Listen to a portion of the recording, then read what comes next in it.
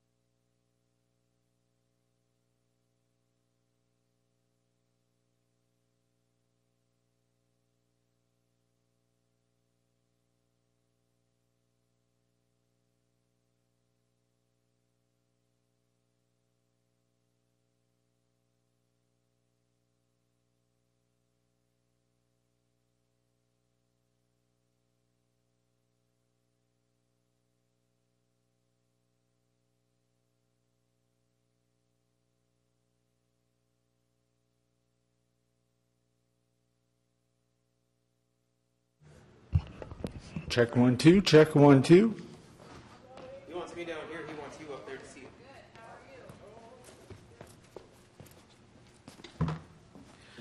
Check, check. 1, 2, 3, 4. Check 1, 2. One ringy dingy.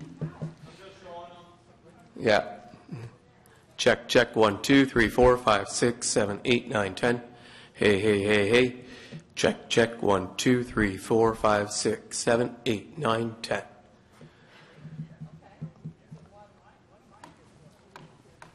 Check, check, check. 1, 2, 3, 4, 5, 6, 7, 8, 9.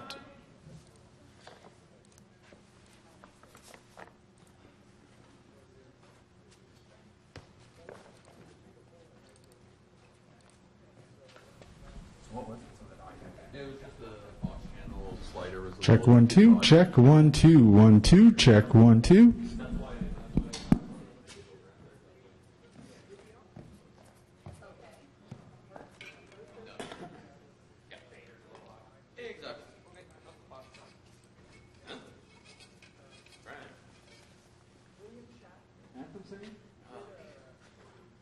It's confused because he stands there now. Do you know if it's a group or a single? Not too sure. That's why I just figured I'd be safe and get it ready.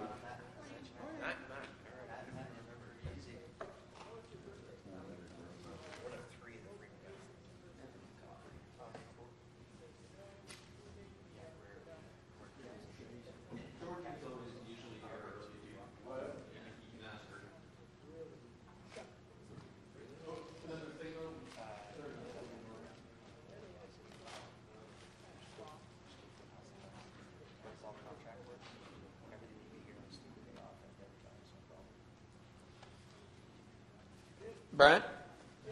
Another thing? Always down.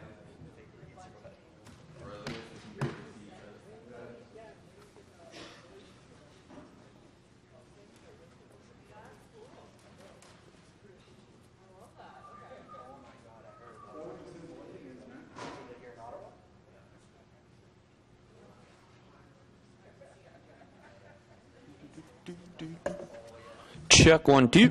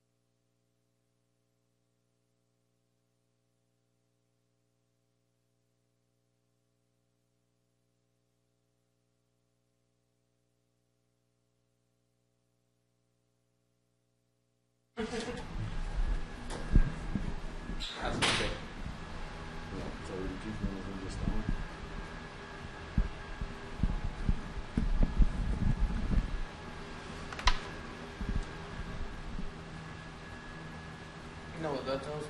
There's probably, up in the booth, there's one that's not on the micro line like it's supposed to be.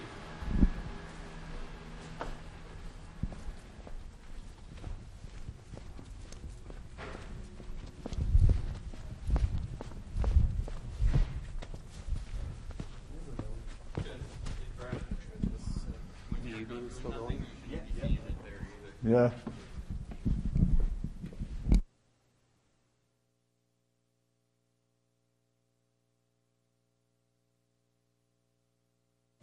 One, two, check, check.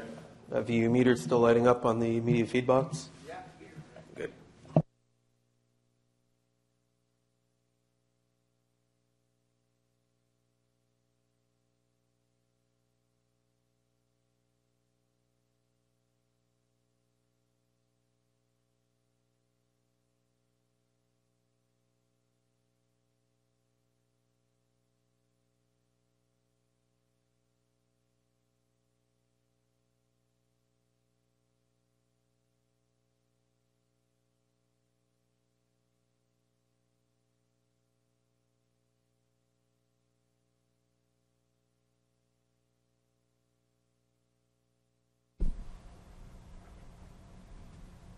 Because then how can you tell? There, now it's on. No, but just hold it. Because when you were just holding it, not talking there, you were getting levels. Make sure you're getting the same thing here.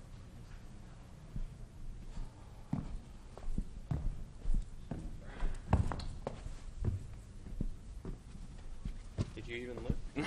I didn't see you look.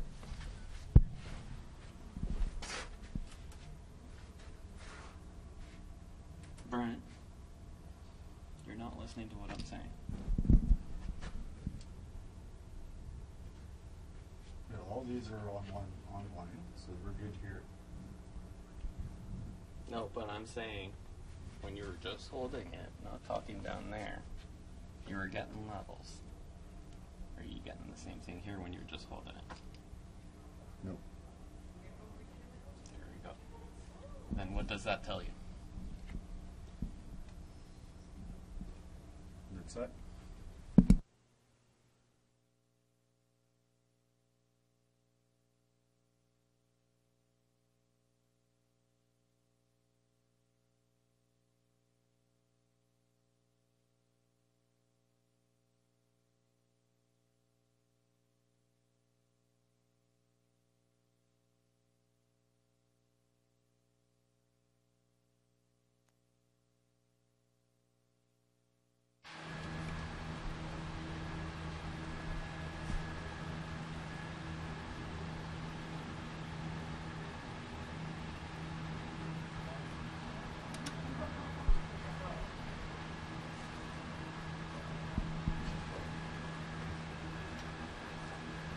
Okay, so this one wasn't online. Yeah, it was. Oh, it was? So then these ones here I still got to adjust down.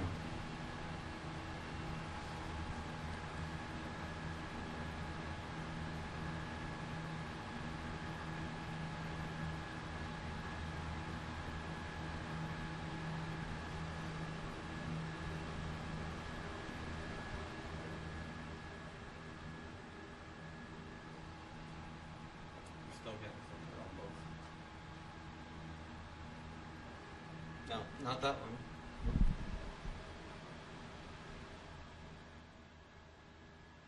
Now test. Check 1 2 1 2. Check 1 2. 1 2 1 2. There you go. No, test again. 1 2 1 2. Check 1 2. 1 2. All hitting 0. 1 2 1 2. They're not all the same. No, Yep. it's a little hotter than the other. Yeah. 1 2 1 2. Check 1 2. 1 2 1 2. Check 1 2. 1 2 1 2. Check 1 2. 1 2 1 2. Check 1 2. 1 2 1 2. Check 1 2. 1 2.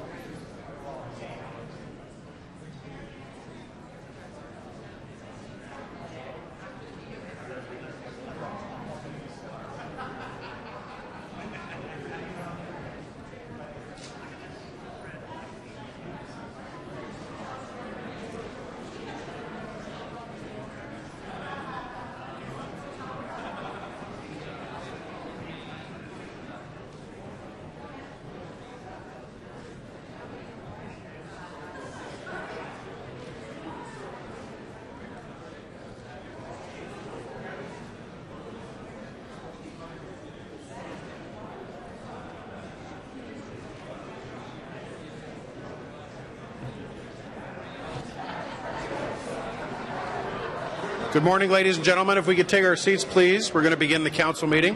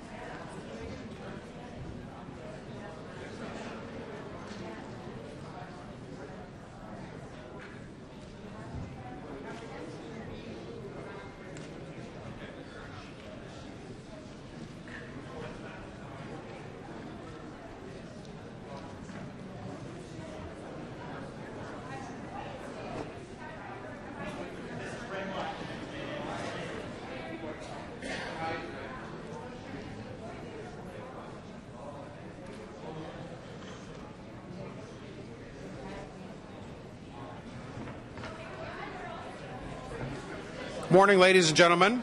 Thank you very much for joining us this morning. We're going to begin today's council meeting. Members of council, please take their seats and we'll get underway.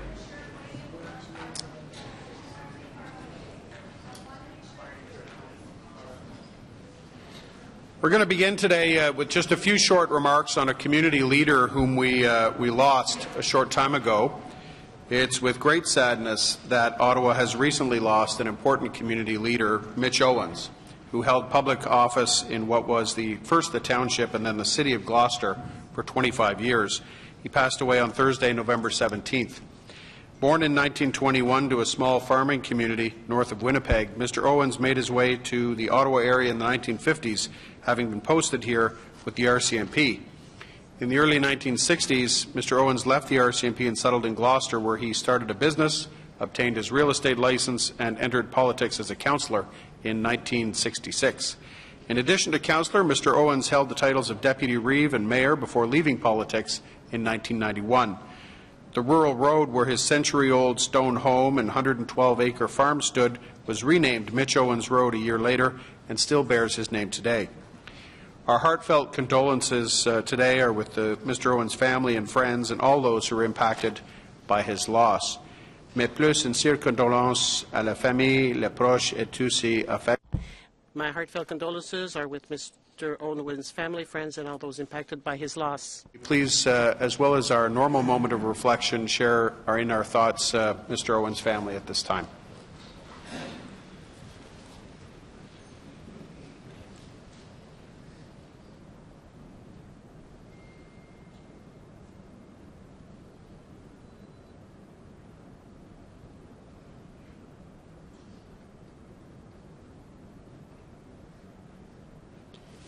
Thank you very much.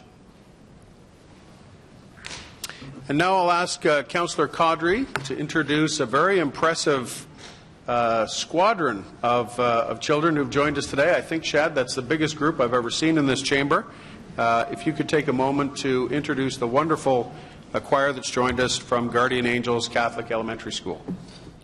Thank you very much, Deputy Mayor, and good morning, everyone. Good morning, Council colleagues, audience in the hall, as well as the audience on Rogers 22. It is indeed my sincere honor and great privilege to introduce to you a fine group of young adults from Ward 6, Stittsville. These are the young people from Guardian Angel Elementary School in Stittsville, and the choir is made up of students from grades 3, 4, 5, and 6. And they're led by their grade 6 teacher, Joanne Costanza. Welcome, Joanne. Once a week, these dedicated individuals devote their lunchtime recess to rehearse, often missing out on opportunities to play outside and enjoy the great weather, especially in the summer. The choir leads their voice to school masses, assemblies, their annual Remembrance Day ceremony, and now here at City Hall to sing for us. They are extremely excited and honored to be here this morning and to have this opportunity to represent Stittsville Ward 6 to sing our national anthem. It is my thrill to invite them into this hall and present to you Guardian Angel Choir. Welcome.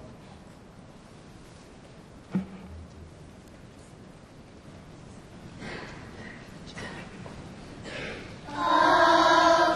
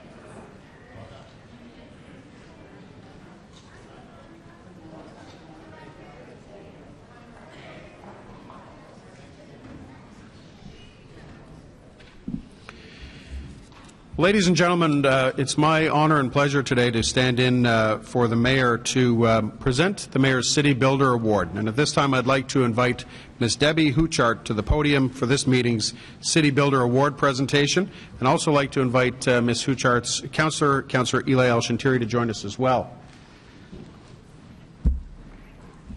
Come on up.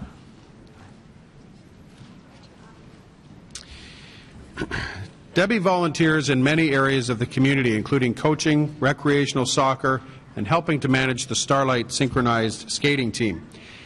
Debbie est bénévole dans plusieurs organismes communautaires.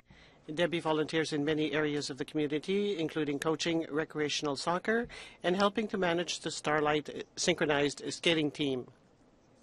The executive boards of the West Carleton Minor Hockey Association and the West Carleton Skating Club, where she takes on responsibilities above and beyond her duties. No task is too small for Debbie, be it organizing team photos and apparel, extra training for program assistants, or helping on various committees within the organizations. Debbie also manages to find time to volunteer with the Huntley Centennial Public School. Debbie résout également à la travail bénévole. Debbie also manages to find time to volunteer with the Huntley Centennial Public School program, assists with the back-to-school barbecue, and organizes the Christmas Bazaar, just to name a few. Debbie exemplifies the selfless generosity, support, and commitment to making the small community of Carp a better place to live that our rural communities are so well known for. Par sa générosité altruiste, son souciance et son Debbie exemplifies the selfless generosity, support, and commitment to making the small community of Carp a better place to live that our rural communities are so well known for. And it's because of this that she is receiving the prize. And congratulate you and thank you for all of your contributions to our community, Debbie.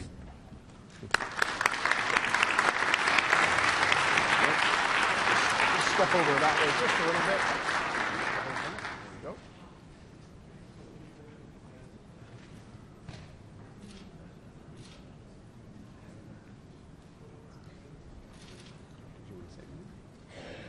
About a half an hour speech. Just felt here, Carp was voted by Expedia Dossier as the most friendly town in Canada, so they'd like to hear that. Go ahead. I just want to say thank you. To receive an award for doing something that I love doing while I'm giving back to the community that's been really good to my family is a tremendous honor. So thank you very much.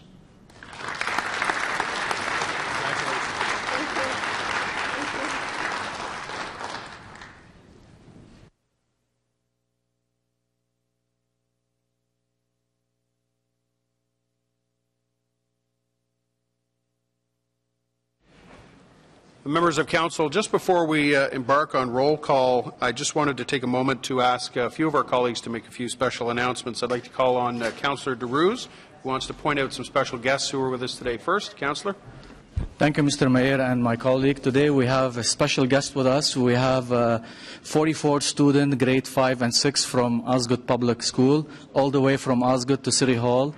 I'd like to welcome them with their teacher, Mrs. Hammonds and Mr. Morrell, for bringing them all the way down and giving them tours for City Hall. My office staff and the student and the teacher will be touring City Hall this morning, and also they have very interest to learning about their citizen responsibility and seeing City Hall in action. Also, they have interest in poverty, homelessness, and transit issues in the city they like to learn about. So I want to thank the student for being here with their parents, that they volunteer their time to bring them here to show them and to give them a tour in City Hall. So I'd like to welcome them and thank you for coming here. Thanks, Mr. Mayor.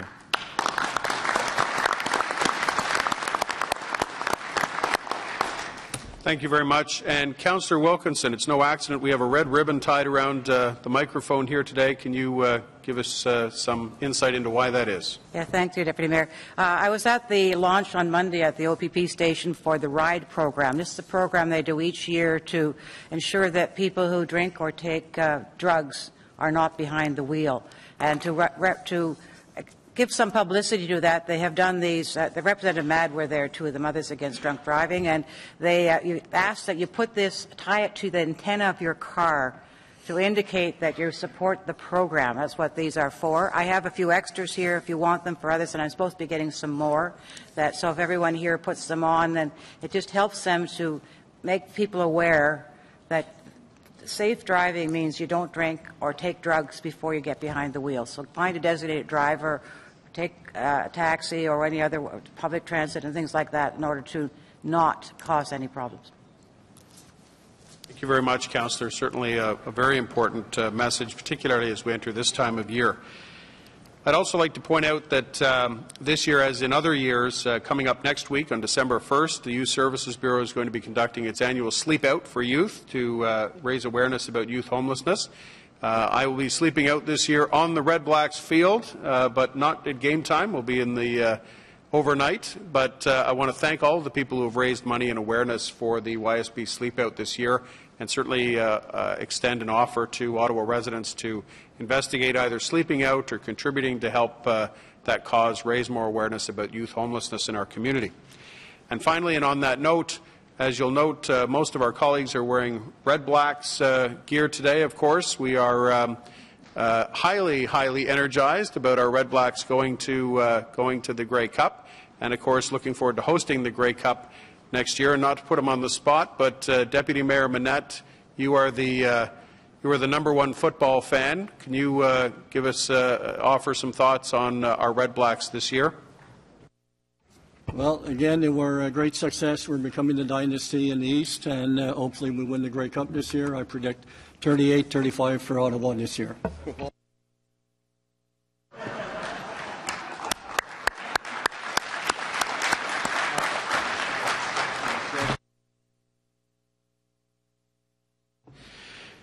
Councillor Hubley just pointed out to me it was George's birthday yesterday. Happy birthday, George. 75, 76, something like that.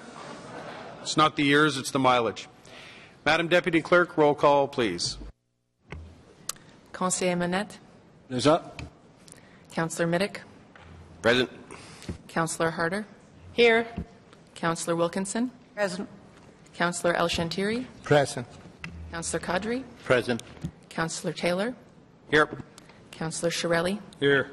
Councillor Eglai. Here. Councillor Deans. Here. Councillor Tierney. Present. Conseiller Fleury. Ici. Councillor Nussbaum. Here. Councillor McKenney. Present. Councillor Leeper. Here. Councillor Brockington. Here. Councillor Chernyshenko. Present. Conseiller Cloutier. Present. Conseiller Blais. Present. Councillor Derouz. Here. Councillor Moffat. Here. Councillor Kakish. Present. Councillor Hubley. Here. Mayor Watson. You have a quorum, Mr. Deputy Mayor. Thank you very much. Confirmation of minutes. Confirmation of the minutes of the regular council meeting of November 9th, 2016. Carried. Declarations of interest, including those originally arising from prior meetings. Any declarations? Thank you. Communications as listed. Received. Thank you. Regrets. Mayor Watson has indicated his absence today due to illness. Motion to introduce reports. Councillors Cloutier and Wilkinson. Councillor Cloutier, please. Thank you, Mr. Deputy Mayor. That the report entitled Status Update, Council Inquiries and Motions for the period ending 18th of November 2016, the report from the Ottawa Board of Health entitled Regulating Personal Services Settings, Community and Protective Services Committee Report 19, Planning Committee Report 35A and Transit Commission Report 11 be received and considered, and that, pursuant to subsection 35(5) of Procedure Bylaw 2014-441, Council receive and consider Planning Committee Report 36. Is that carried? Thank you. Reports. We'll go through a consent agenda. City Clerk and Solicitor's Office status update, Council inquiries and motions for the period ending 18 November 2016. Received? Thank you. Ottawa Board of Health. Item number 2, regulating personal services settings. Dr. Levy is here to answer any questions. I haven't received any from any members of Council in advance. Does anybody wish to hold this, or may we carry it? Carried. Thank you very much. Community and Protective Services Committee, Report 19. We have 3 motions from Councillor Caudry and Deans and Brockington and Deans, as well as the main report, updates to municipal alcohol policy and minor amendments to applicable policies. I'll ask the councillors to introduce their reports, and then unless there's a desire to debate this, we'll take them all collectively. So, Councillor Caudry, for yourself and Councillor Deans, please. Thank you very much, Deputy Mayor. And the motion is seconded by Councillor Deans. And basically what the motion is suggesting is to include the Ottawa Public Health in terms of discussions going forward, as well as in this particular motion. So I'll just read the therefore be it resolved. This is as a result of a report that was presented at Ottawa Public Board of Health, and it was approved on November 3rd. So therefore be resolved that Section 5.1 of the proposed municipal alcohol policy, Document 1, be amended to ensure that the revised guide document entitled Your Planning Guide for Hosting an Event at Which Alcohol Will Be Available include information on the following subject matters and be part of the documentation given by the city under the city's municipal alcohol policy to every event sponsor or organization for either electronically or hard copy. And there's a 7 list of items there, Mr. Deputy Mayor. I'll read a couple of them, but not all 7. Important facts about alcohol and controlling excessive consumption, including best public health practices to reduce harms from overconsumption of alcohol. Reference to information, best practices, and other resources of the Alcohol and Gaming Commission of Ontario. Provide food for the duration of the event where alcohol is served, providing alternative non-alcoholic beverages, including the provisions of water to event participants.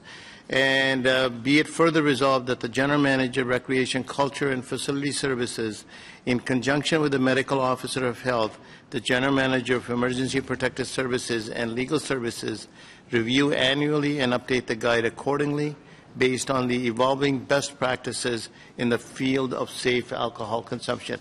So, Mr. Deputy Mayor, that is the motion, and I do want to thank staff, especially over the weekend, working so hard along with the Chair of Community and Protective Services Committee. Thank you very much. So that's on the floor. We'll ask Councillor Deans, the Chair of Community and Protective Services, to introduce her motion along with Councillor Brockington. Thank you, Mr. Chair. This motion is in response to some of the concerns that we heard expressed at the committee. It's very technical, really, in nature. It's just clarifying the intent, and primarily there were concerns that the site plans were prescriptive. They're not. They're just guidelines. So the wording of this motion is primarily just to clarify that and make sure that we're all of the same understanding. I'm going to dispense with the whereases because this is a long motion, but I will read the therefore be it resolved that Council amend the municipal alcohol policy attached as document 1 to the staff report as follows.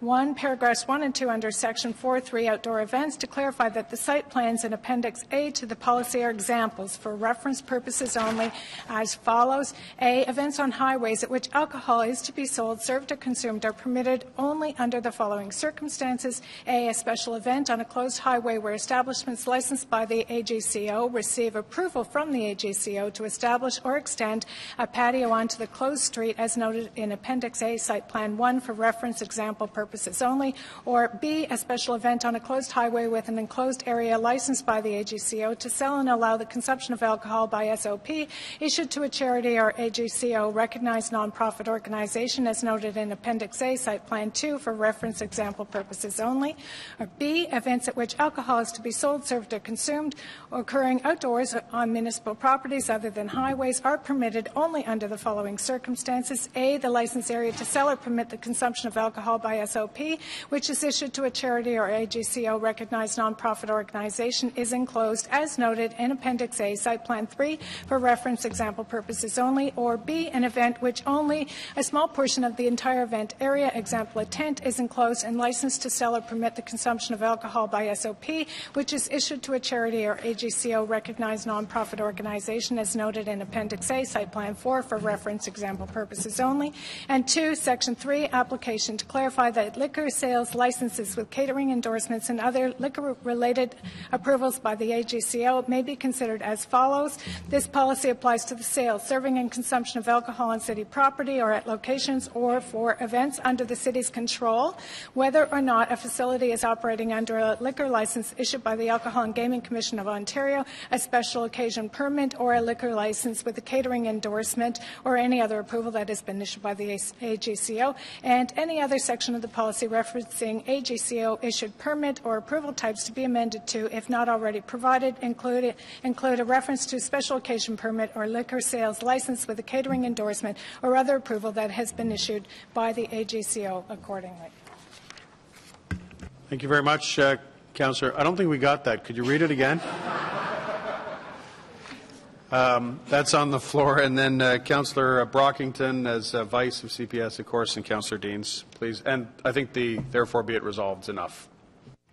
Well, I would like to introduce it, if I may. The motion that I'm moving simply looks at criteria that would be used for smaller scale events that staff would be examining through their application. One of the 4 criteria that had been proposed was that these events cannot profit from the sale of alcohol. I did raise this at the committee and declared that I would be speaking with staff offline in the interim between the committee and council meeting. And through those discussions, there is agreement that this particular criteria was not necessary, and staff do concur with that. And so the motion before us is a revised set of criteria for those smaller events. Thank you very much. With the 3 motions introduced and the report before us, I haven't received any indication of a desire to debate this, so I'm going to ask for a vote. I'm sorry, Councillor Fleury, you asked for a direction to staff. Yes, thank you, Mr. Deputy Mayor. After speaking with the chair of the committee as well as the mayor's office on this and Mr. DeMonte, it is agreed that there could be a report. There would be a report in 2017 highlighting the successes, challenges, and a year after the policy, and also specifically in terms of direction to staff that. Based on the feedback we received from different community associations, that staff meet with the FCA to update them on the policy and its implication. Okay. That's received by staff. So on the Brockington-Deans motion, carried. On the Deans-Brockington motion, carried. On the Caudry-Deans motion, carried. And on the report, carried. Thank you very much.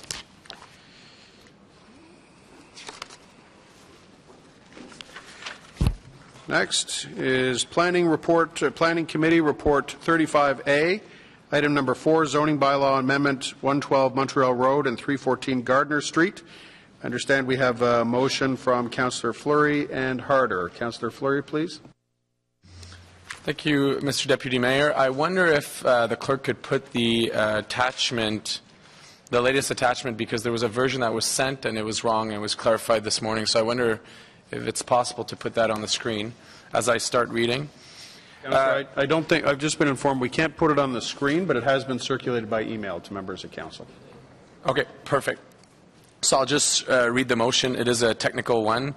Whereas on November 8, 2016, Planning Committee recommended amendments to the city's comprehensive zoning bylaw for 112 Montreal Road and 314 Gardner Streets, and whereas as part of the approval, staff were given direction to work with the applicant to review the location and setbacks relative to the property lines, the step backs from the building closest to Montreal Road, and to examine opportunities to further shift the frontage of the building on Montreal Road closer to the street front to further animate the entrance of the site of the development. And whereas after consultation with Ward Councillor and the applicant, the revised schedule reflects further articulation into the front face of the building on Montreal Road, adjustments to building setbacks, step backs, and heights in other locations to better incorporate the development with surrounding properties. And whereas these changes are represented in the attached height and yard schedule, whereas it is desired that only townhouses units can front onto Gardner Street, therefore be it resolved that height and yard schedule of item 3 be replaced by the attached schedule. Therefore, be it resolved that Council approve the following change to Document 2 of Report ACS 2012 PI PGM 0129 as amended by further amendment to add the following text in column V: only townhouse dwellings are permitted within Area E on Schedule, and be it further resolved that pursuant to the Planning Act, subsection 3417 be further notice be given. So just to give you context, we work with the applicant, and I want to thank the Chair of Planning Committee. We were able to, on the west wall, establish a better setback in terms of my concern around transition, and following committee's comments in the bottom property, the property that's on Section E, the applicant had talked about townhouses and has confirmed that is what they plan to pursue. And again, we looked at the Montreal Road frontage to have more of an activation on Montreal Road, but also to establish proper setbacks after the Ford story. So I want to thank the applicant and the Chair for their work on this. Thank you very much, Councillor. On Councillor Fleury and Harder's motion, carried. On the report as amended? Dissent by Councillor Leeper and Fleury. Okay, thank you very much.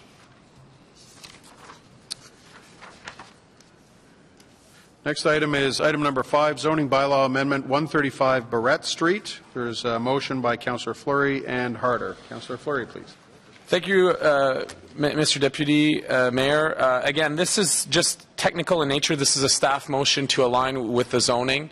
I don't know if there's, do you want me to read all the motion or just the therefore be resolved? It is a staff motion. Yeah, that's fine. I think you've introduced it. Everyone has it there. If there's no desire to hold it, on Councillor Fleury and Harder's motion, carried. On the report as amended. Can I speak to the report briefly, just in one word? Yes, Mr. Deputy, I just want to thank again the staff, the applicant, and the Chair of Planning and members of Planning. It is an important project in Vanier along Beechwood with the protection of the St. Charles Church. Really great program that's coming together with cycling tracks, outdoor park, and great additions to the residential and commercial front. So I want to thank the applicant for this very comprehensive program. Thank you very much, Councillor, and I think we already carried that, but confirmation carried. All right, thank you very much. The response to provincial consultation of Ontario Municipal Board reform, we're going to hold that for a moment. I know there's two motions and there'll be some discussion on that. The next item, item number 7, the zoning bylaw amendment 3349 Navan Road, that we're being asked to carry that. Carried? Carried. Thank you very much.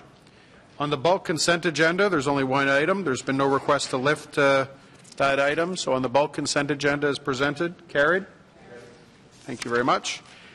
And that brings us back to the response to provincial consultation on Ontario Municipal Board reforms. So we do have the report. We also have two motions, one from Councillor Leeper and Nussbaum, one from Councillor Harder and Eagleye. I'm going to ask that we introduce Councillor Leeper's first. It was first into the clerk's office. Then we'll introduce Councillor Harder's, and then we'll vote, as is customary, in reverse order on those. But I'd like to just have, once we introduce both motions, we'll have debate on both motions and the main report all collectively. I think it's difficult to separate the one from the other.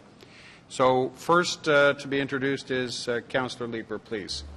Thank you, Chair. I'll take just a moment to introduce the motion I'm making. For many years now, the residents of Ottawa have been asking for OMB reform in order to ensure that it works better for residents. And thanks in large part, I want to recognize the leadership of our MPP in dynamic Kitchissippi Ward for Ottawa Centre, Yasser Naqvi, to give us the opportunity that we have now to weigh in on what direction that reform should take. The crux of the current consultation is the question that's been posed by Queen's Park. Should the province limit the scope of OMB appeals to a standard of reasonableness? For whatever reason, the document that is currently before us is silent on that issue, and I'd like to take this opportunity to correct that oversight. My motion would amend the draft document as input to the province's consultation to address and explicitly endorse the province's suggestion that it might limit OMB appeals to a standard of reasonableness. And in doing so, we would endorse an approach that is well established in law already. If Catherine McKenney is convicted of stealing a car by a trial judge, she doesn't get to go to a new trial judge to ask to have the case tried again. An appeals judge has to find that the lower judge made some mistake. Sorry? She doesn't try. Establishing a standard of reasonableness would do the same thing for planning. Before I introduce my motion, I know that Councillor Harder would like to put forward one of her own. My best reading of it is that it would accomplish no real significant change from the document that is currently before us, other than some very welcome clarification that we would endorse strengthening the Citizens Liaison Office. I'll look forward to the debate to get a better understanding of what Harder's motion would meaningfully accomplish that is not already before us. In fact, Councillor Nussbaum and I have retained in our motion the draft position in the staff paper in favour of clarifying the meaning of due regard, effectively accomplishing the same thing that Councillor Harder is seeking. Mr. Deputy Mayor, I'd like to move with Councillor Nussbaum's support the following. Whereas the province has proposed in its consultation paper related to de novo hearings that it might require the OMB to review municipal approval authority decisions on a standard of reasonableness. And whereas the province suggests that this approach would meet its goal that the OMB focus on the validity of decisions under appeal. And whereas the intent of this approach would be to give more weight to municipal and provincial decisions by moving the OMB away from de novo hearings, and whereas the City of Ottawa spends approximately $14 million per year on a sophisticated planning department with the necessary expertise to interpret and make recommendations to a democratically elected City Council on a wide variety of planning issues in the context of the relevant statutory and regulatory framework for land use planning decisions in Ontario. Therefore, be it resolved that the wording on page 11 of the report under the heading City of Ottawa Position be replaced with the following. The City of Ottawa supports the consultations paper suggestion to require OMB to review municipal approval authority decisions on a standard of reasonableness as the approach that demonstrates appropriate deference to sophisticated and locally sensitive planning departments and elected councils. Alternatively, should the province not adopt the above approach, the City of Ottawa supports the province providing binding interpretations of shall have regard to so that it can be applied consistently across all OMB decisions. This interpretation should be incorporated into the OMB's rules of practice and procedure. Mr. Chair, thanks for the indulgence in allowing me to introduce that. I'll look forward to the debate. Thank you very much. And Councillor Harder, would you please introduce your motion, please? Thank you, Mr. Deputy Mayor. And I wanted to, before I do that, I wanted to suggest that before, with your indulgence, before you go to councillors with questions and that sort of thing on either of the motions, that you allow staff to comment on de novo and reasonable, so that we understand the terminology. The province is undertaking a review of the Ontario Municipal Board, and the province issued a consultation document in November and asked for feedback. Very quickly, some of our colleagues submitted their position via written letter to the province, and 6 of them did, and you know who you are. When staff started to prepare the city's position for submission, I asked them to take your submission and to mirror it as closely as possible, and they did. At Planning Committee on November 8th, we approved the staff's recommendations as well as 2 Councillor Leaper motions, which provided greater clarity on the city's position to be sent to the OMB. So we have a strong report coming from Planning Committee that was well supported. Today you will be asked to consider a motion that differs from the staff's and my position in one area. Councillor Leaper is asking you to recommend that the OMB moves into uncharted, therefore unknown territory, whereas my motion is improving on the existing OMB with a specific focus on clarity on the board giving regard to council decisions and providing support for effective citizen engagement. You have had a chance to review both motions now. I apologize. Yesterday I sent out the one that I had, which really reflects the what today's does as well. But what it didn't include was as much information as we have included as far as citizen engagement goes. So I really wanted to embellish that, and with Councillor Eglai's help and staff's help, that's why we have a different one today that actually does just that. And I also thought, because it's such a complex issue, and it's really hard to understand for most people, I mean, I've been engaged in it for quite some time now, and unless you really are taking the time and have the time, I thought it was important to provide some extra time to have a look at that. So over the last 12 hours, we refined the motion from yesterday, and hopefully we capture all that we feel is important to communicate to the province on OMB reform. So today I'm asking you to approve the report from Planning Committee and vote for my motion and Councillor Eglai's motion, which captures an emphasis on community and seeks clarification from the province in order to keep a needed process in place, but working better. And so I'm not going to obviously read all of this. Therefore, be it resolved that the province include within its considerations for changes to reform the OMB the following. The province provide clear direction or binding interpretations with respect to the phrase shall have regard to, as set out in the Planning Act, so that it can be applied consistently across all OMB decisions, and that this interpretation be incorporated into the OMB's rules of practice and procedure. And be it therefore resolved that Council strongly endorse the initiatives being considered by the province for expanding the province's Community Liaison Office and providing funding supports to citizens to retain their own planning experts and or lawyers, and encourage the province to move forward with the implementation of these.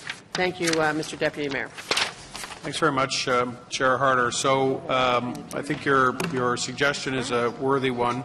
Before we begin debate, why don't we ask staff just to give us some comment on some of these definitions so that we all are on the same page in terms of what we're debating. So, Mr. Moser. With regard to... Mr. Chair, I'll ask Mr. Smith to provide the answers.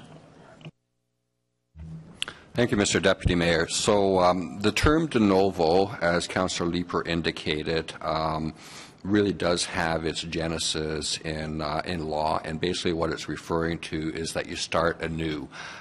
Basically, whatever transpired in the past is not on the table for consideration. You essentially start from new, looking at the information that's available to arrive at a decision on the matter that would be before the courts, or in this case, a quasi-judicial tribunal. In practice and procedure, while the OMB as a quasi-judicial tribunal does fall under the umbrella of a tribunal that can make decisions in basically hearings de novo, in practice that doesn't happen. And that's very much driven by the requirements that are already set out in the Planning Act, which in fact stipulates that the OMB, in giving consideration to appeals of council decisions, is required to have regard to the council decision. There's also a requirement for the OMB to give consideration to the information that was before council in it arriving at its decision.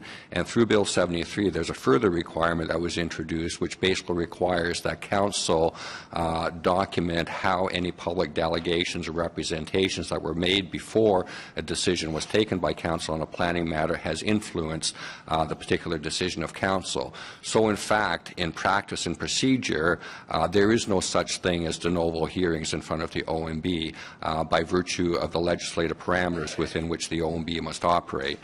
Moving towards the notion of the Leeper motion, it's basically moving into an area that, from a staff point of view, is advancing into uncharted territory, where you're really looking at the reasonableness. And the test there is not so much the planning merit or lack thereof, but whether or not the decision of council was reasonable.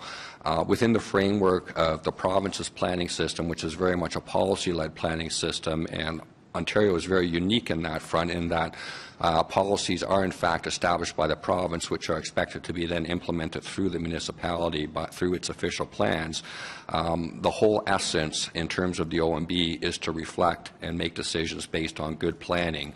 Moving into the test of reasonableness actually moves away from the planning considerations in a fulsome way, the way that the OMB is intended to operate, and that actually in staff's view, works very well for dealing with appeals. And then the other aspect in terms of moving into the test of reasonableness, there's a real concern because that term is not readily defined in the material that has been put out by the province. There is a high potential that you'll get into much more litigation if a proponent is disagreeing with the OMB's decision on the reasonableness. Rather than that being dealt with through the OMB process, it now moves into a court process, which can add extensively to the timelines. Okay, thank you very much, Mr. Smith. Appreciate that. So we'll move to debate on this, and I'd ask members of council to get on the list. We're going to debate both motions and the report at the same time. So this is your opportunity to speak. And also, just for clarity's sake, I think I just want to be clear that this is for the public's sake. What we're considering here today will form our city's feedback into the OMB reform process. So this is the provincial consultation on OMB reform. We're not directing the outcome of today's vote, will not compel the OMB to be one way or be the other.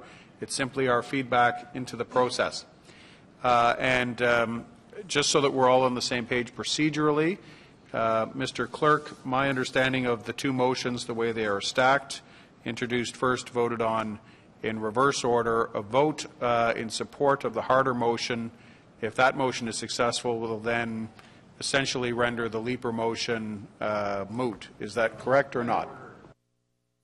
Let's get the clerk's. I'd like the clerk's opinion, please. Yes, Mr. Deputy Mayor, that is my understanding as well.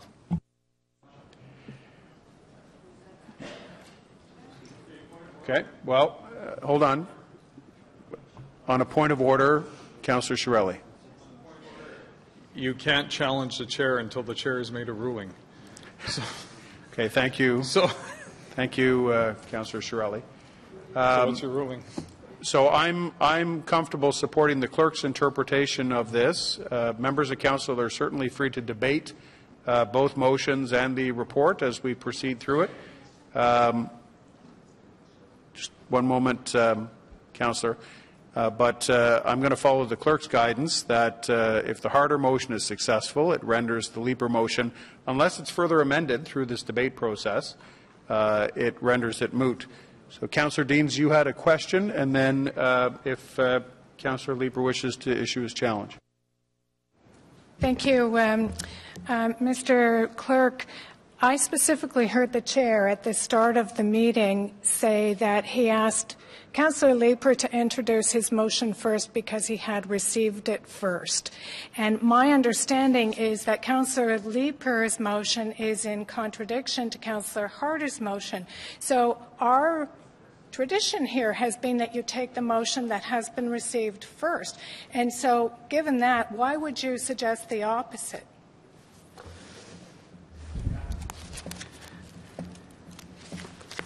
Mr. Deputy Mayor, I suggest the opposite because that has been the consistent both practice and policy of this council. The Rules of Procedure, Section 62, Sub 6, state that a motion to amend shall be put in the reverse order to the order in which it was moved for the purposes of voting. Mr. Deputy Mayor, you showed that very early with the three motions that were done on the municipal alcohol policy, and then you called them in reverse order for the vote. So that would be my rationale.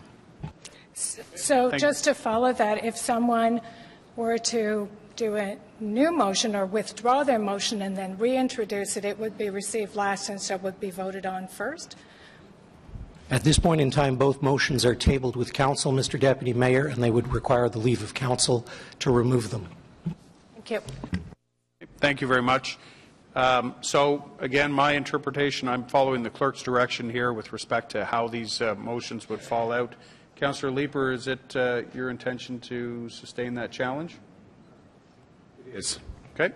All right. So we're voting now on the challenge to the chair and the interpretation of the clerk's, how the clerk is stacking these motions. So shall the chair be sustained? Yeas and nays, please.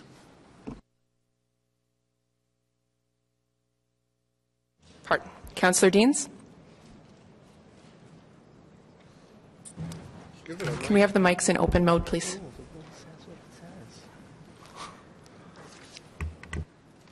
Give it to Eglaj. Well, Eglaj's mic is on. That's what the problem is. Mine's on. No. Yes. Here we go. Councillor Kakish. Jeff, turn your mic off there, and the other ones will come on. Or Catherine. Can I, sorry, Deputy Mayor, can we just get clarification on what sustaining would mean following that? Are we going to present both of the motions together and vote on them separately if So the vote is on sustaining the chair, and my ruling was that we will be taking the motions as the advice of the clerk in voting in reverse order in which they were presented, and a vote in success of the harder motion would render the Leaper motion moot. So Councillor Leaper has challenged that ruling of the chair, so you're voting to either agree with me in my ruling or disagree. So a vote of yes agrees with me. Okay. Thank you for the clarification, and I'll be voting against it because I think they're two contradictory motions, so I think we should have the opportunity to vote on them separately. No. Sorry, Councillor Kakish? Councillor Eglai? Yes. Councillor Hubley? Yes. Councillor Shirelli? Yes. Councillor Nussbaum? No. Councillor Middick? Yes. Councillor Leaper? No. Councillor McKenney? No. Councillor Chernyshenko? No. Councillor Manette? Yes. Councillor DeRuse? Yes. Councillor Kadri? No. Councillor Fleury? No. Councillor Moffat? Yes. Councillor Wilkinson? Yes. Councillor Tierney? Yes. Councillor El Shantiri? Yes. Councillor Harder? Yes. Councillor Brockington? Yes. Councillor Taylor? Yes. Conseil Blais? Conseil Cloutier? Oui. Mayor Watson? 15 yeas, 8 nays. Thank you very much, Madam Deputy. So with that ruling, we will proceed with debate on both of the motions and the original report. If we can restart the board, please. Punch in to speak. Debate on all three at the same time. Questions to staff. And then we'll call the votes on the Harder motion and on the Leaper motion. The success of the Harder motion makes the Leaper motion moot. Councillor Shirelli, please. Thank you, Your Acting Worship. I guess I have a couple questions for the clerk. One is in relation to the subject matter itself, because at planning we were dealing only with planning items that fall within the jurisdiction of the OMB, but there are many other things that fall within the jurisdiction of the OMB, and I'm wondering specifically about the setting of ward boundaries, which Council may have a position on setting of ward boundaries that could be in its own interest as opposed to the public's interest, and there is an appeal allowed of that type of thing. What is our response on that part of OMB reform, if any? Mr. Mayor, Deputy Mayor, at this point in time there is no response from Council until they vote on it, but the member is absolutely correct. There are other matters. Ward boundaries certainly looms large. Toronto's going through theirs, as is Hamilton, and those are almost routinely appealed to the Ontario Municipal Board. Yeah, because I remember here when we tried to reduce the size of our council by 1, it got appealed to the OMB and it got increased by 2. So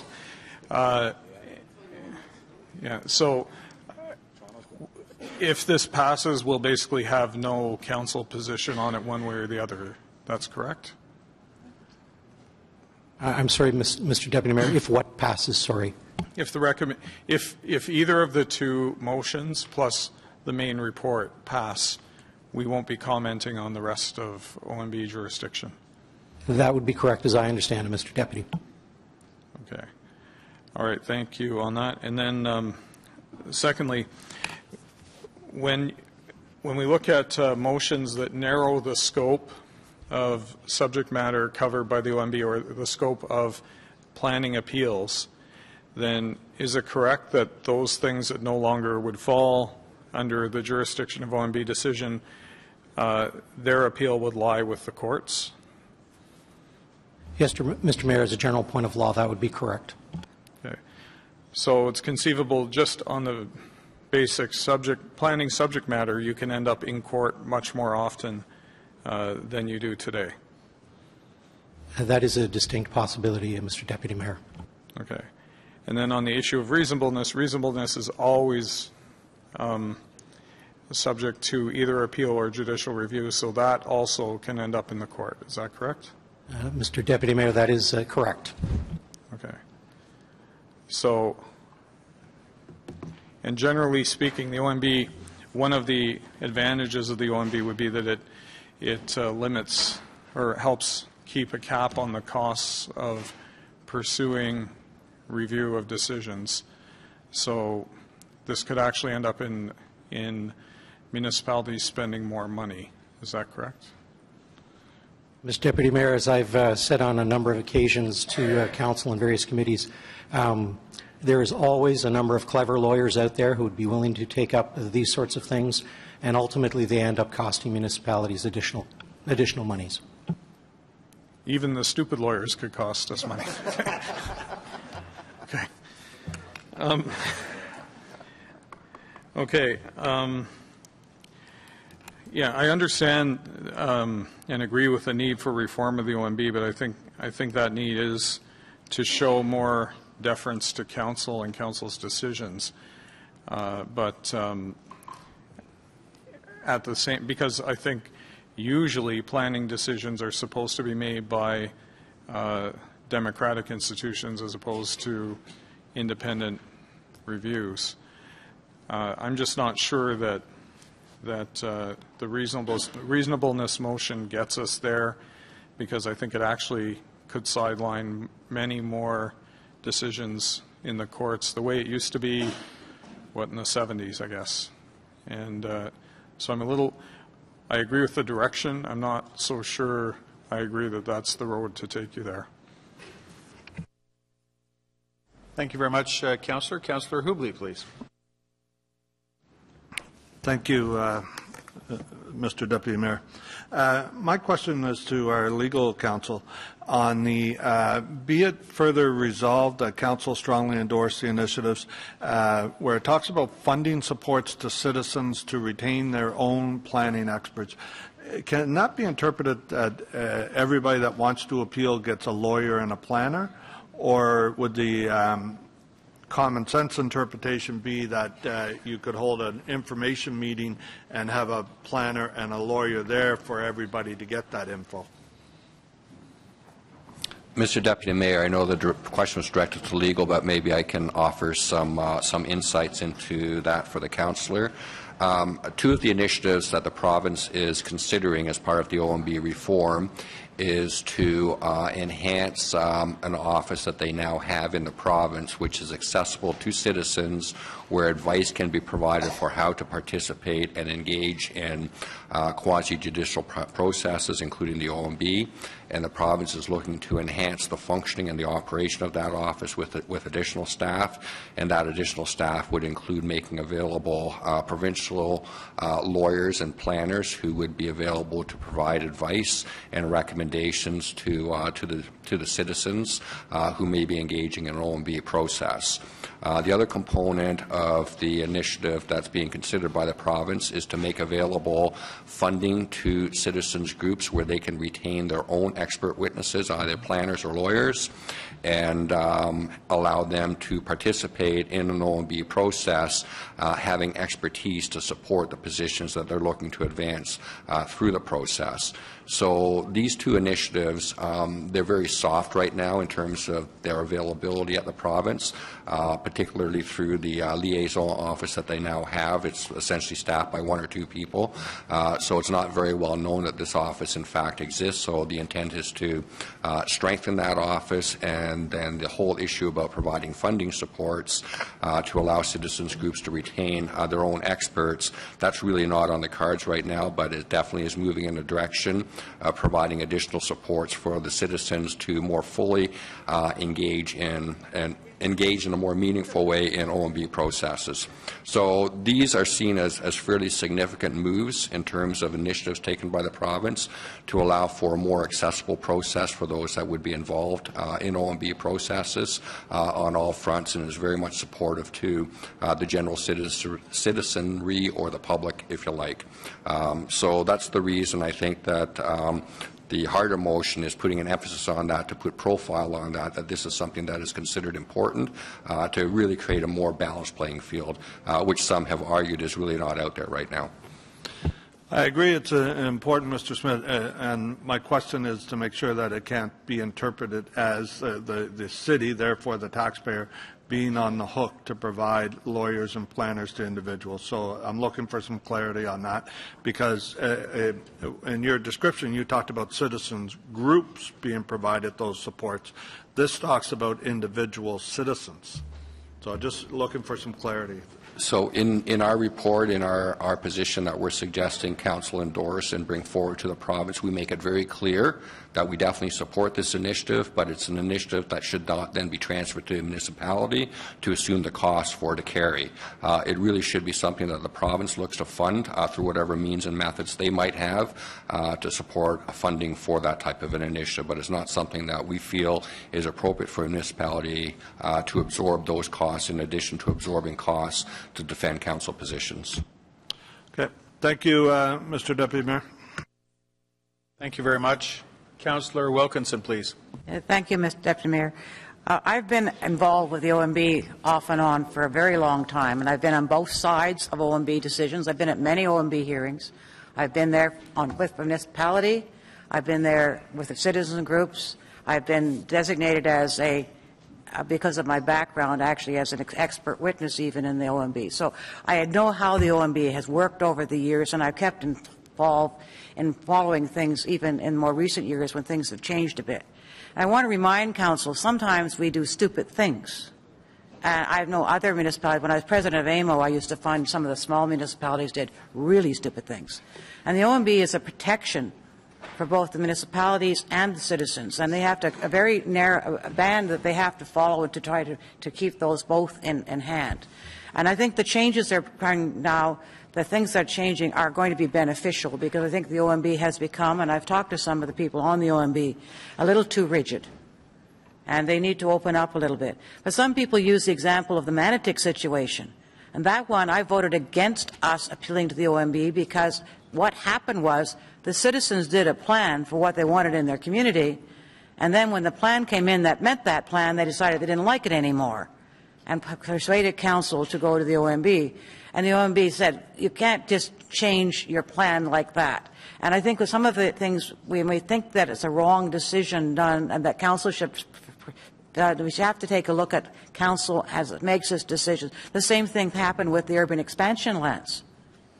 We had a 20-year framework. It was all set up. The whole plan was done on that. And at council, the last minute said, we can change it to 15 years for housing, therefore we don't need to expand. You can't change the rules in midstream. And many of our cases when we've lost have been because we changed the rules in midstream. So what I'm telling you is it's very, really important when we do those plans, those community design plans, things, we get them right. Because it's very hard to change them after the fact. In this particular case, I worry about the word reasonableness. I've never found the OMB, in my experience, to be terribly reasonable in how they look at things. And it's something you can't define. What's reasonable to me, reasonable to you, reasonable to him, may be entirely different. And I think it would lead to more court decisions and more other things. I think it's clear, and what I find interesting in these two motions, there is an overlap. The part about getting support for communities is only in Jan's, but I think everybody else supports that too. But the first part of hers is like the second part of Councillor Leifer's notion. And I think what it does is say, if you make rules, make them very clear and don't try to change them in midstream, because the reasonableness is when they change them in midstream is what creates that thing.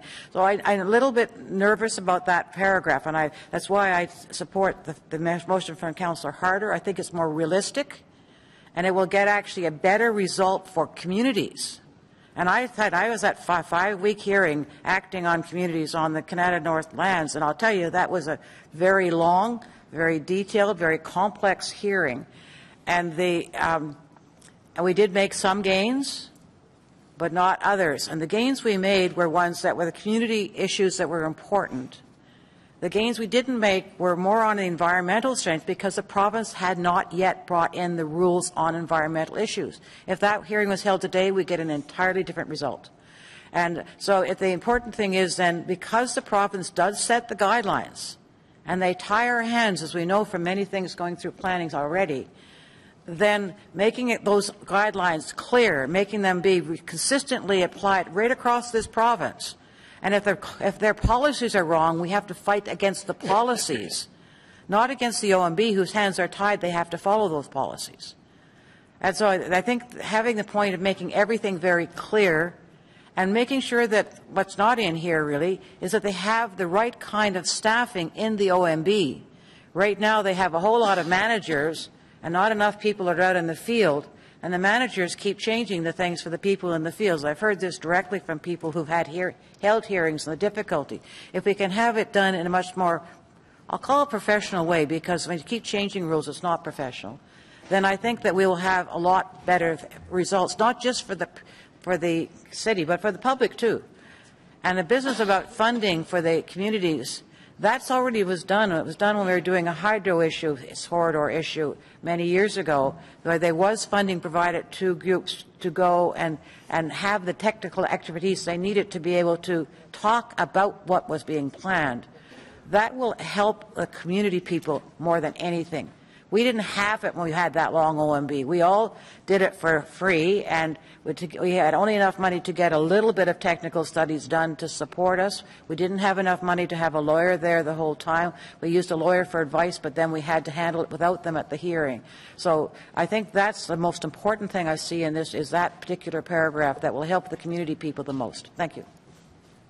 Thank you very much. Councillor Fleury, please. Does that work okay? Merci, Monsieur le maire adjoint. Alors, mais moi, j'ai participé récemment. Recently, I took part in a public consultation on the OMB, or organized by the OMB, and I was pleasantly surprised by the rate of participation. Because a lot of people are interested in the issues and they are knowledgeable. And one of the criteria that's important to consider, except for the City of Toronto, the City of Ottawa is the largest city that was at the table. And in recent consultations, I was at the table with someone from Renfrew. And that city representative was the only urban planner for the city. We know that the City of Ottawa is large, it's well organized, and we have professionalism in terms of urban knowledge and architecture. So this is why I believe personally that the OMB should play a more specific role. Yes, they should deal with appeals with official plans and secondary plans and community plans. But when it comes to specific site zoning, there shouldn't be a problem in terms of the appeals. And in terms of policy issues, I understand that a councillor would not have the support of the community. They have to get it. So they object to a program, they work hard on improving it, but there's two levels. There's the planning committee and city council that would review the plan in a comprehensive way. So I think we have a higher level of professionalism than other cities because we're larger and we're more serious. And it's too bad if we are treated just like the others at the OMB. So I think we should provide more authority for the city because we are more professional. Baum, please. Thank you, Mr. Deputy Mayor. I'm just going to provide a few observations and comments, and then at the end of my 5 minutes, I'm going to suggest an amendment, which I will read out to the Harder motion. But first, a little bit of history on this file. The objective of the Leaper motion is not at all new. For decades, municipal councils across this province have sought to increase the deference that the OMB must demonstrate to democratically elected municipal legislatures. In part, and I think this is important, this stems from the fact that no other provincial land use planning tribunal in North America has as much power to overturn decisions of elected body as does the OMB. And although this has been around for decades, in recent years that call has become more acute as high-profile cases have abounded of the OMB overruling councils, not on an error of law or fact, but simply replacing council decisions with its own. The case of the urban boundary in Waterloo is the most recent example. And it's important to note that these rulings of the board are often made by a single member appointed by Queen's Park with no required connection to the municipality or specific legal qualifications. Furthermore, in the last 12 months alone, over 70 municipal councils in Ontario have passed motions seeking to raise the judicial standard used by the OMB. These are not calls to abolish the OMB. These are not calls to exempt council decisions from judicial review. These are simply calls to ask the province to ensure the OMB only be permitted to overrule decisions of councils when the decision is not reasonable. And I should note that reaction to the consultation paper put out by the province has been overwhelmingly positive. Councillor Fleury talked about the largest municipality in the province, the City of Toronto, which last week approved at Planning Committee the staff recommendation that a key recommendation be that the OMB focus on the validity of a council or approval authority decision. This is what Toronto says. This approach to OMB oversight should focus on both the reasonableness standard and a review of whether a decision has followed local and provincial policies. The AMO, too, of which Ottawa is an important member, has articulated the principle that, quote, municipalities are a mature form of government and are in a position to take on a more rigorous role in land use planning. This requires a significant transformation of the OMB's roles and procedures. I also, Mr. Deputy Mayor, want to just address two of the arguments I've heard against raising the judicial standard. The first, which we heard earlier, was this idea that we would increase the burden on the courts as appellants would simply bypass the OMB. I don't think that's a true observation. Appellants would and could still appeal decisions of councils to the OMB. Raising the standard of review would not change that. And appeals from the OMB to the courts would only be permitted under the same rules that exist today. There are very clear judicial review standards that courts have to apply when making a decision whether they're going to hear a decision of a tribunal, and that would not change. So I don't agree with the observation that we would see increased cost or increased recourse to the courts. The second observation I've heard is that elected representatives cannot be trusted to make the decisions as we are prone to political expediency. And the suggestion there is that we may do what residents want us to, as opposed to what someone else might think is a better planning outcome, and hence the need for the OMB to replace our decisions. I think this argument fails for a number of reasons. If 13 or more of us believe a certain outcome is in the interest of the residents of our city, someone who disagrees with us has two options. They can appeal it to the OMB. If it is not a reasonable decision, it will be overturned. Alternatively, if it is reasonable, but an applicant or a group of residents doesn't like it, they can punish us at the ballot box. That's what democracy is all about. So in conclusion, I think the Leaper motion makes a lot of sense because it's continuing on a path which municipalities of this province have been arguing for decades. Now the province has opened up the door for us. So a vote for this motion ultimately is a vote to ensure that the decisions affecting our city are made by the elected representatives of the residents of our city and not by appointed members of the OMB from Queen's Park. So let's embrace the province's offer to have the people of Ottawa have a greater say in how our city grows. And finally, Mr. Deputy Mayor, I'm putting forward now an amendment to the Harder motion. The final substantive clause would read as follows. The province also require the OMB to review municipal council. So take the Harder motion, and then this would be the final substantive clause. So the chapeau to that motion reads, therefore be it resolved that the province include within its considerations for changes to reform the OMB the following. And then my amendment would read, the province also require the OMB to review municipal council decisions on a standard of reasonableness. So that would be the final clause to the Harder motion. Thank you, Mr. Deputy Chair. Okay, thank you very much, Councillor Nussbaum. So with Councillor Nussbaum's amendment to the Harder motion introduced, that is on the floor now. Was there any debate on the amendment?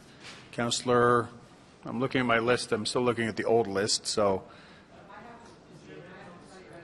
Yes, I was going to assume. Is it friendly, Councillor Harder?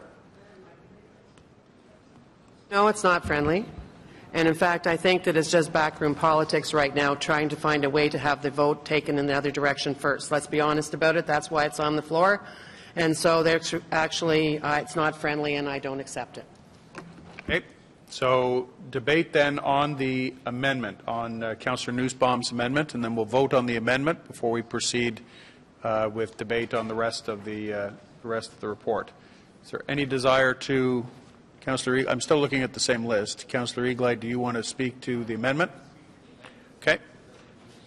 Speak to the. No, it will not even do. So on the amendment. So I agree with Councillor Harder. This isn't an amendment. This is just a not very transparent, or I should say very transparent approach to simply take Councillor Leeper's motion, which we've already decided will be dealt with second, and make it first. So that's all Councillor Nussbaum's attempting to do. We've already decided on that. The chair's already been challenged on that. The ruling's already been made. So there's no way I'm going to support this amendment. Thank you very much, Councillor Leeper, on the amendment.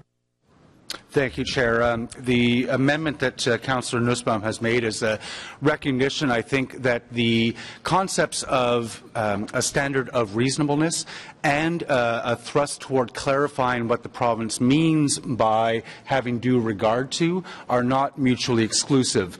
We can ask the province to do both. We can apply a standard of reasonableness to the grounds upon which the board might overturn a municipal decision.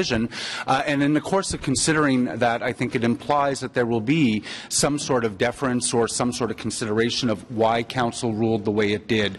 So the Nussbaum motion that amends Councillor Harder's motion doesn't introduce anything that is mutually exclusive. It doesn't introduce any tensions. The city is certainly able to go forward to the province with both of these recommendations. Thank you very much. Councillor Deans, please, on the amendment. Thank you, Mr. Chair. Well, let me just say that I have been longing for OMB reform for a long time. And I agree with Councillor Harder's motion. I don't see anything in Councillor Harder's motion that I disagree with. Having said that, I also agree with the amendment because I think it just strengthens Councillor Harder's motion. The amendment just takes it one step further, but I think we're all going in the same direction. The point here is that the OMB desperately needs to be reformed. We have needed that for a long time. And I have to tell you, my impression is that developers in our city and probably every city across the province have gotten to the point where they believe they can bypass democratically elected councils and go straight to the OMB where they are going to win. And on the balance of probability, they're always going to win. One, they have way deeper pockets. They have way more money than the average citizen. And it's a David and Goliath situation at the Ontario Municipal Board. My frustration as a democratically elected official in municipal government is that the OMB does not pay attention to why councils make decisions. And I look at the Manotick decision. Years ago, I was at this table. You might think the decision that this council made was unreasonable. It was a 19-5 vote, by the way, so there was a lot of us that were making, as Councillor Wilkinson said, a stupid decision. I don't think it was a stupid decision. We were listening to the public in Manotick who thought the growth was way too fast, way too far, that they didn't have the infrastructure in place to support it, and then it was going to change the characteristic of that village. I think those were all reasonable arguments for this council to make. Yes, it was overturned going through the court system, but frankly, sometimes democracy costs money. That's the reality. And if we make a decision, we should be prepared to defend it. And it is frustrating in the extreme to me that the Ontario Municipal Board have basically no regard for the decision of council or for the community that we represent. They are faceless people to me. I have no idea who they are or where they've come from, but they can come in and have no regard for democratically elected council or the community that they represent and make a decision that tends, by and large, to always go in the same direction, against the council and for the developer. And Councillor, that is why we need reform. If we could come back to the amendment, you'll have an opportunity to speak on the whole I'd be happy thing. To, unless you're but taking it just now. to the amendment, I think all it does is say if council, when you look at the Manotick decision, if council made a decision that was reasonable, well, I would argue that was reasonable. They should at least have some regard for that decision in the decision that they make. They shouldn't just be able to set it aside, pay no attention to it, and make a decision of their own. And that's why I think Councillor Leaper's motion is just strengthening the good points that Councillor Harder has in her motion. Thank you. Okay. Thank you very much, Councillor Deans. Councillor McKenney on the amendment, please. Thank you, Mr. Deputy Mayor. I will also be supporting the amendment, Councillor Nussbaum's amendment. It is, no secret that the public, one of the main things that I hear from residents is that they are frustrated by the fact that they don't feel they have a say in how we develop their neighborhoods. That they send me here, they elect me, and they expect me to make decisions that protect our neighborhoods, but also that our decisions are based on our plans. We've got secondary plans, we've got official plans, we've got cycling plans, we've got pedestrian plans, we've got, complete street policy. We've got policies and plans in place.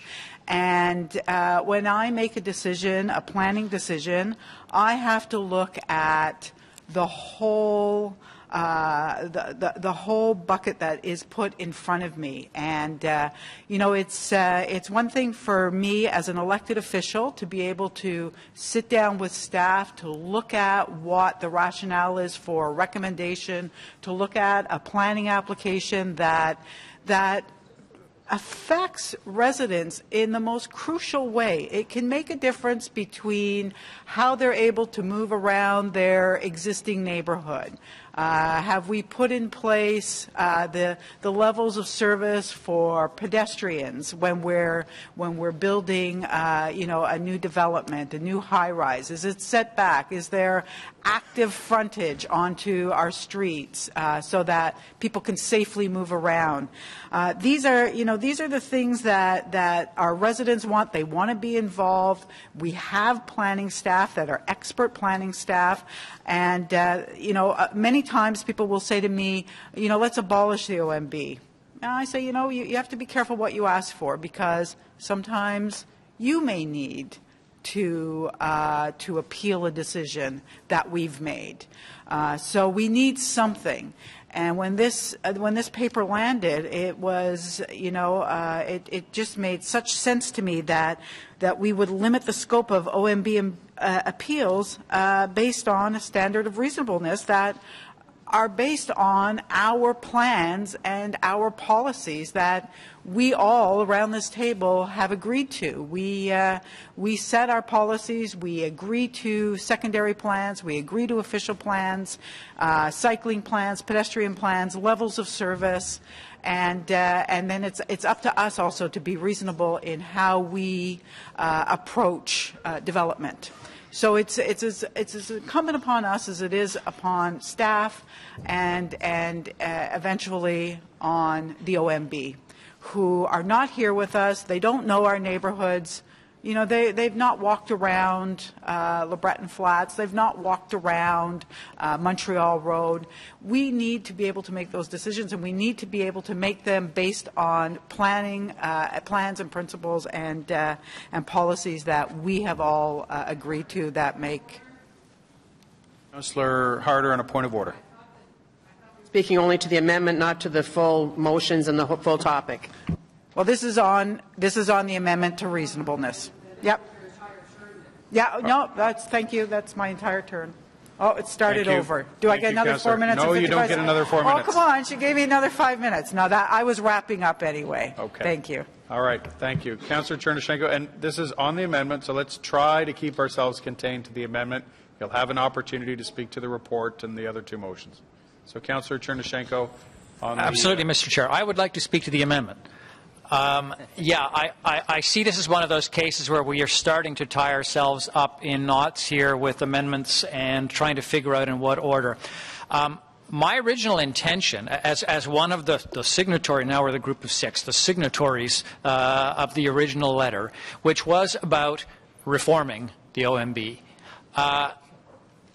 My intention, reading Councillor Harder's reading the original report and Councillor Harder's motion, as well as Councillor Leeper's, was that they weren't mutually exclusive. What I saw was Councillor Harder's motion captured almost everything that was in our original letter, and I was prepared to vote in favor of it, but then I was also prepared to vote in favor of Councillor Leeper's because I felt that that should still be inserted. That's why I voted as I did in the challenge to the chair, because I did not agree with or couldn't quite understand the interpretation from the clerk and the chair that you vote for the Harder motion, then it's done, and forget about discussing the Leeper one.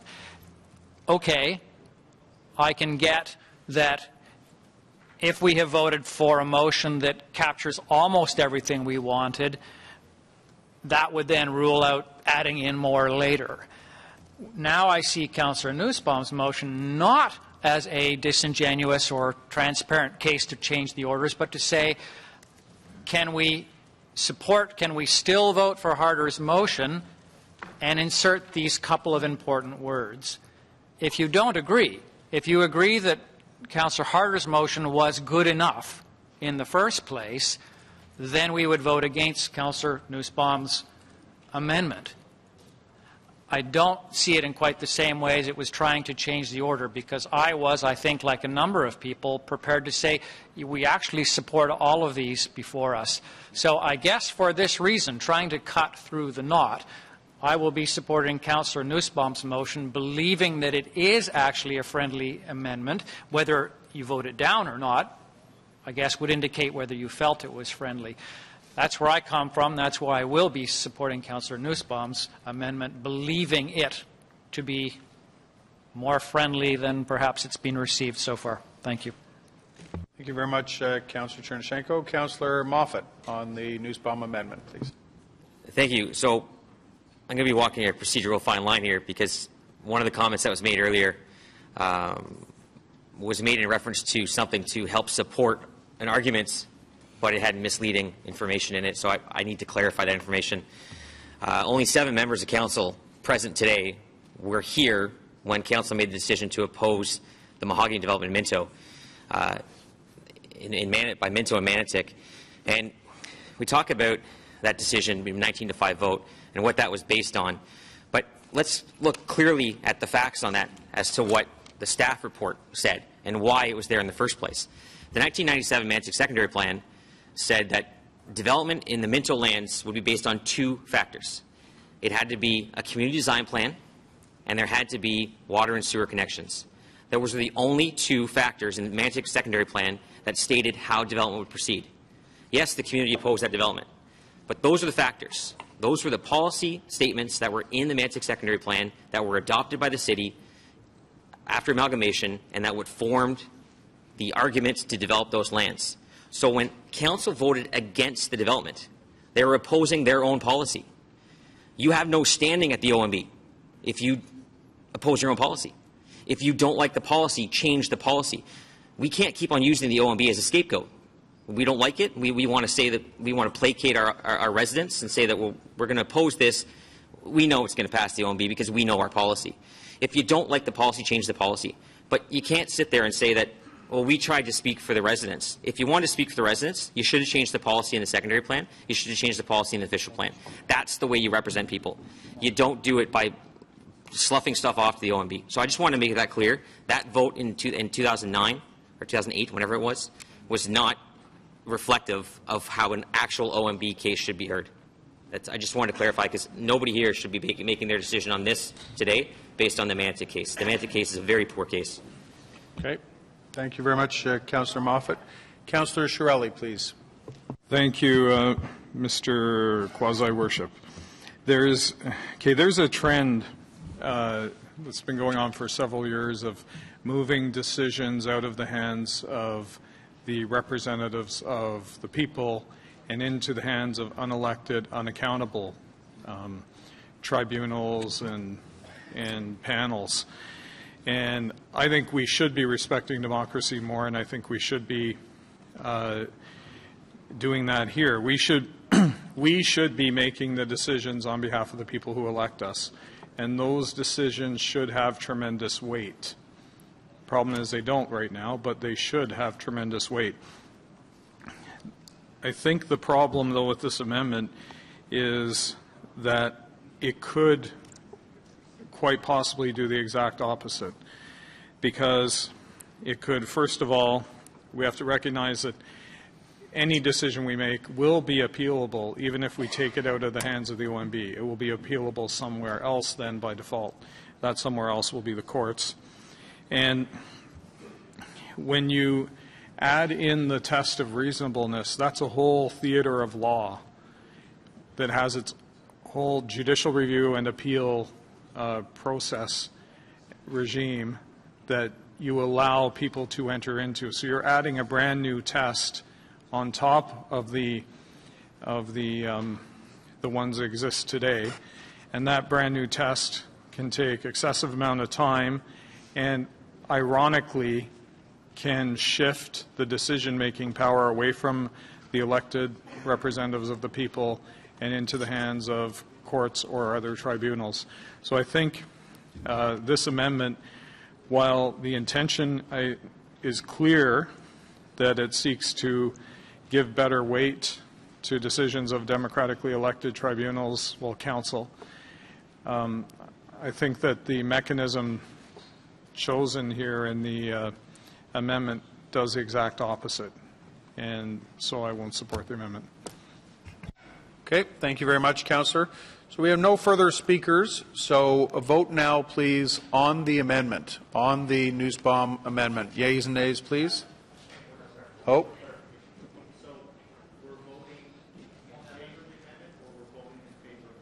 Amendment to the motion, which we are then going to debate. So this is a vote in, if you want to add the Nussbaum amendment to Councillor Harder's motion, you vote yes. If you do not want to add Councillor Nussbaum's motion to Councillor Harder's motion, you vote no. You are not voting on the merits of it. You're simply voting on adding it or not adding it. Thank you.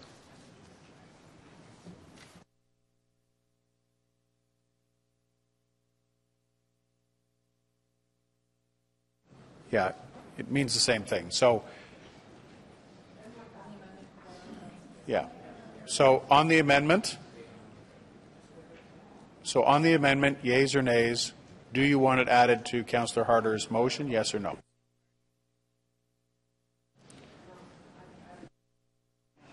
I have a question, because say we vote no, we never vote on the Nussbaum amendment? That's what I want to know. Mr. Clerk, we're voting on the amendment. Give us some guidance here. We're voting on Councillor Nussbaum's amendment. My point is, to be clear, I've already refused it as a friendly amendment, so therefore I would think that we're not voting to amend it, we're voting on the amendment. It's this, yeah. Which is very different than... That's right. Okay, so if you want to support Councillor Nussbaum, you vote for the amendment and you say yes. If you want to stick with my motion, you vote no. Thank you. Okay, there we go. All right, so clarity achieved. So, yeas and nays, please. Councillor Deans? Yes. Councillor Kakish? Yes. Councillor Eglai? No. Councillor Hubley? No. Councillor Shirelli? No. Councillor Nussbaum? Yes. Councillor Middick? No. Councillor Leeper? Yes. Councillor McKenney? Yes. Councillor Chernyshenko? Yes. Conseiller Monette? No. Councillor DeRuse? No. Councillor Kadri? Yes. Conseiller Fleury? Oui. Councillor Moffat? No. Councillor Wilkinson? No. Councillor Tierney? No. Councillor El Shantiri? No. Councillor Harder? No. Councillor Brockington? Yes. Councillor Taylor? Nope. Conseiller Blais? No. Conseiller Cloutier? No. Mayor Watson? 9 yeas, 14 nays. Thank you very much. So the amendment is lost. So we're going back now to the Harder report. Councillor Eglai on a point of clarification. Clerk, Mr. Clerk, since the amendment was essentially one of the paragraphs from Councillor Leeper's motion, I'm assuming we don't have to vote on that part of Councillor Leeper's motion again. That's now been defeated.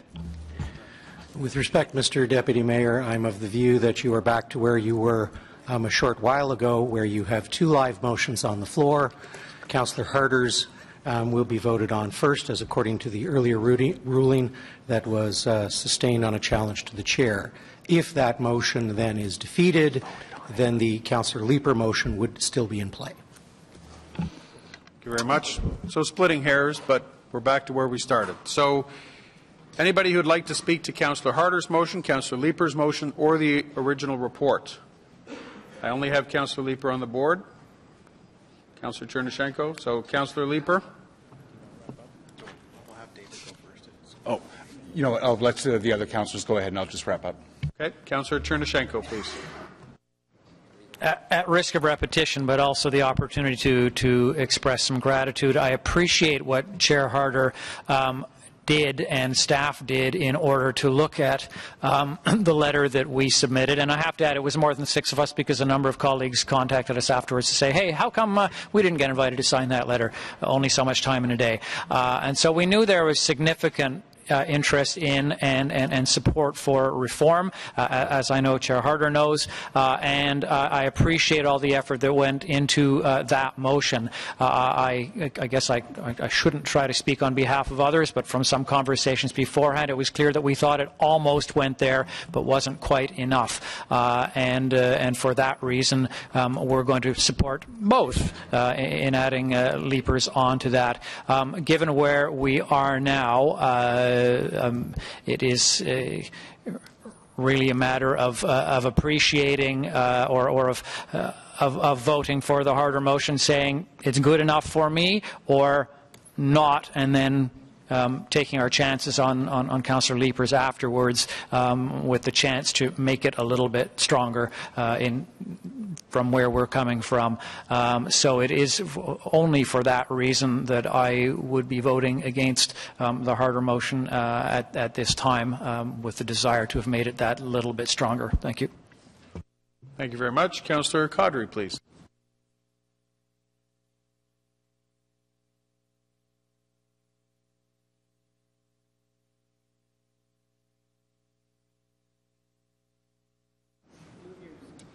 There we go. Thank you very much, Mr. Deputy Mayor. And just a question from to Mr. Smith. During your comments, Mr. Smith, you made a comment, something along the lines that the timelines are extended, obviously, in terms of OMB ruling. Am I correct in reading that, or? Mr. Deputy Mayor, the comment was in response to if there were challenges to a decision under the test of, or under the reasonableness test, we're moving into the court system. Maybe I'll ask Ms. Enta to comment on that, but that's really, you're now moving into the court system, whereas the OMB is trying to work within defined timelines. The court system is a very different system, and I think that's probably more appropriate for our legal staff to answer.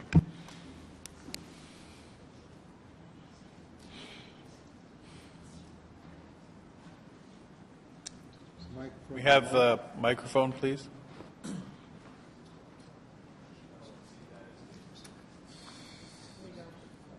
Thank you, Mr. Deputy Mayor. Yes, the timeline could potentially be extended. The determination of what is reasonable has resulted in decades of administrative case law about what the appropriate standard is to be determined. And that's case law that's gone all the way up to the Supreme Court of Canada. And that's about whether a decision is reasonable, and the person who would ultimately get to make a determination on that is a judge under a judicial review. And so therefore that adds another element of legal questioning that could potentially take away from the planning merits of a decision. Thank you for that clarification, Ms. Enta and Mr. Smith. You know, going back, I think it was in 2010, I put a motion forward at Planning Committee, and the motion basically said to the fact that any decision that the OMB makes in opposition to the city or in favor of the city, I wanted our legal to go back and review what the decision was and why it was made that way in terms of the OMB. And if there were deficiencies in our policies at the time, then I wanted those policies to be adjusted based on the decision by the OMB. We did basically ask the legal to come back to council or to planning committee on a regular basis after an OMB decision happened, and we did get some reports, but not to where I wanted it to be in terms of getting all reports on all of the OMB decisions. Beyond that, I was also concerned in terms of as a growing area in the Stittsville area that we were having decisions made by the OMB and not necessarily by the City Council.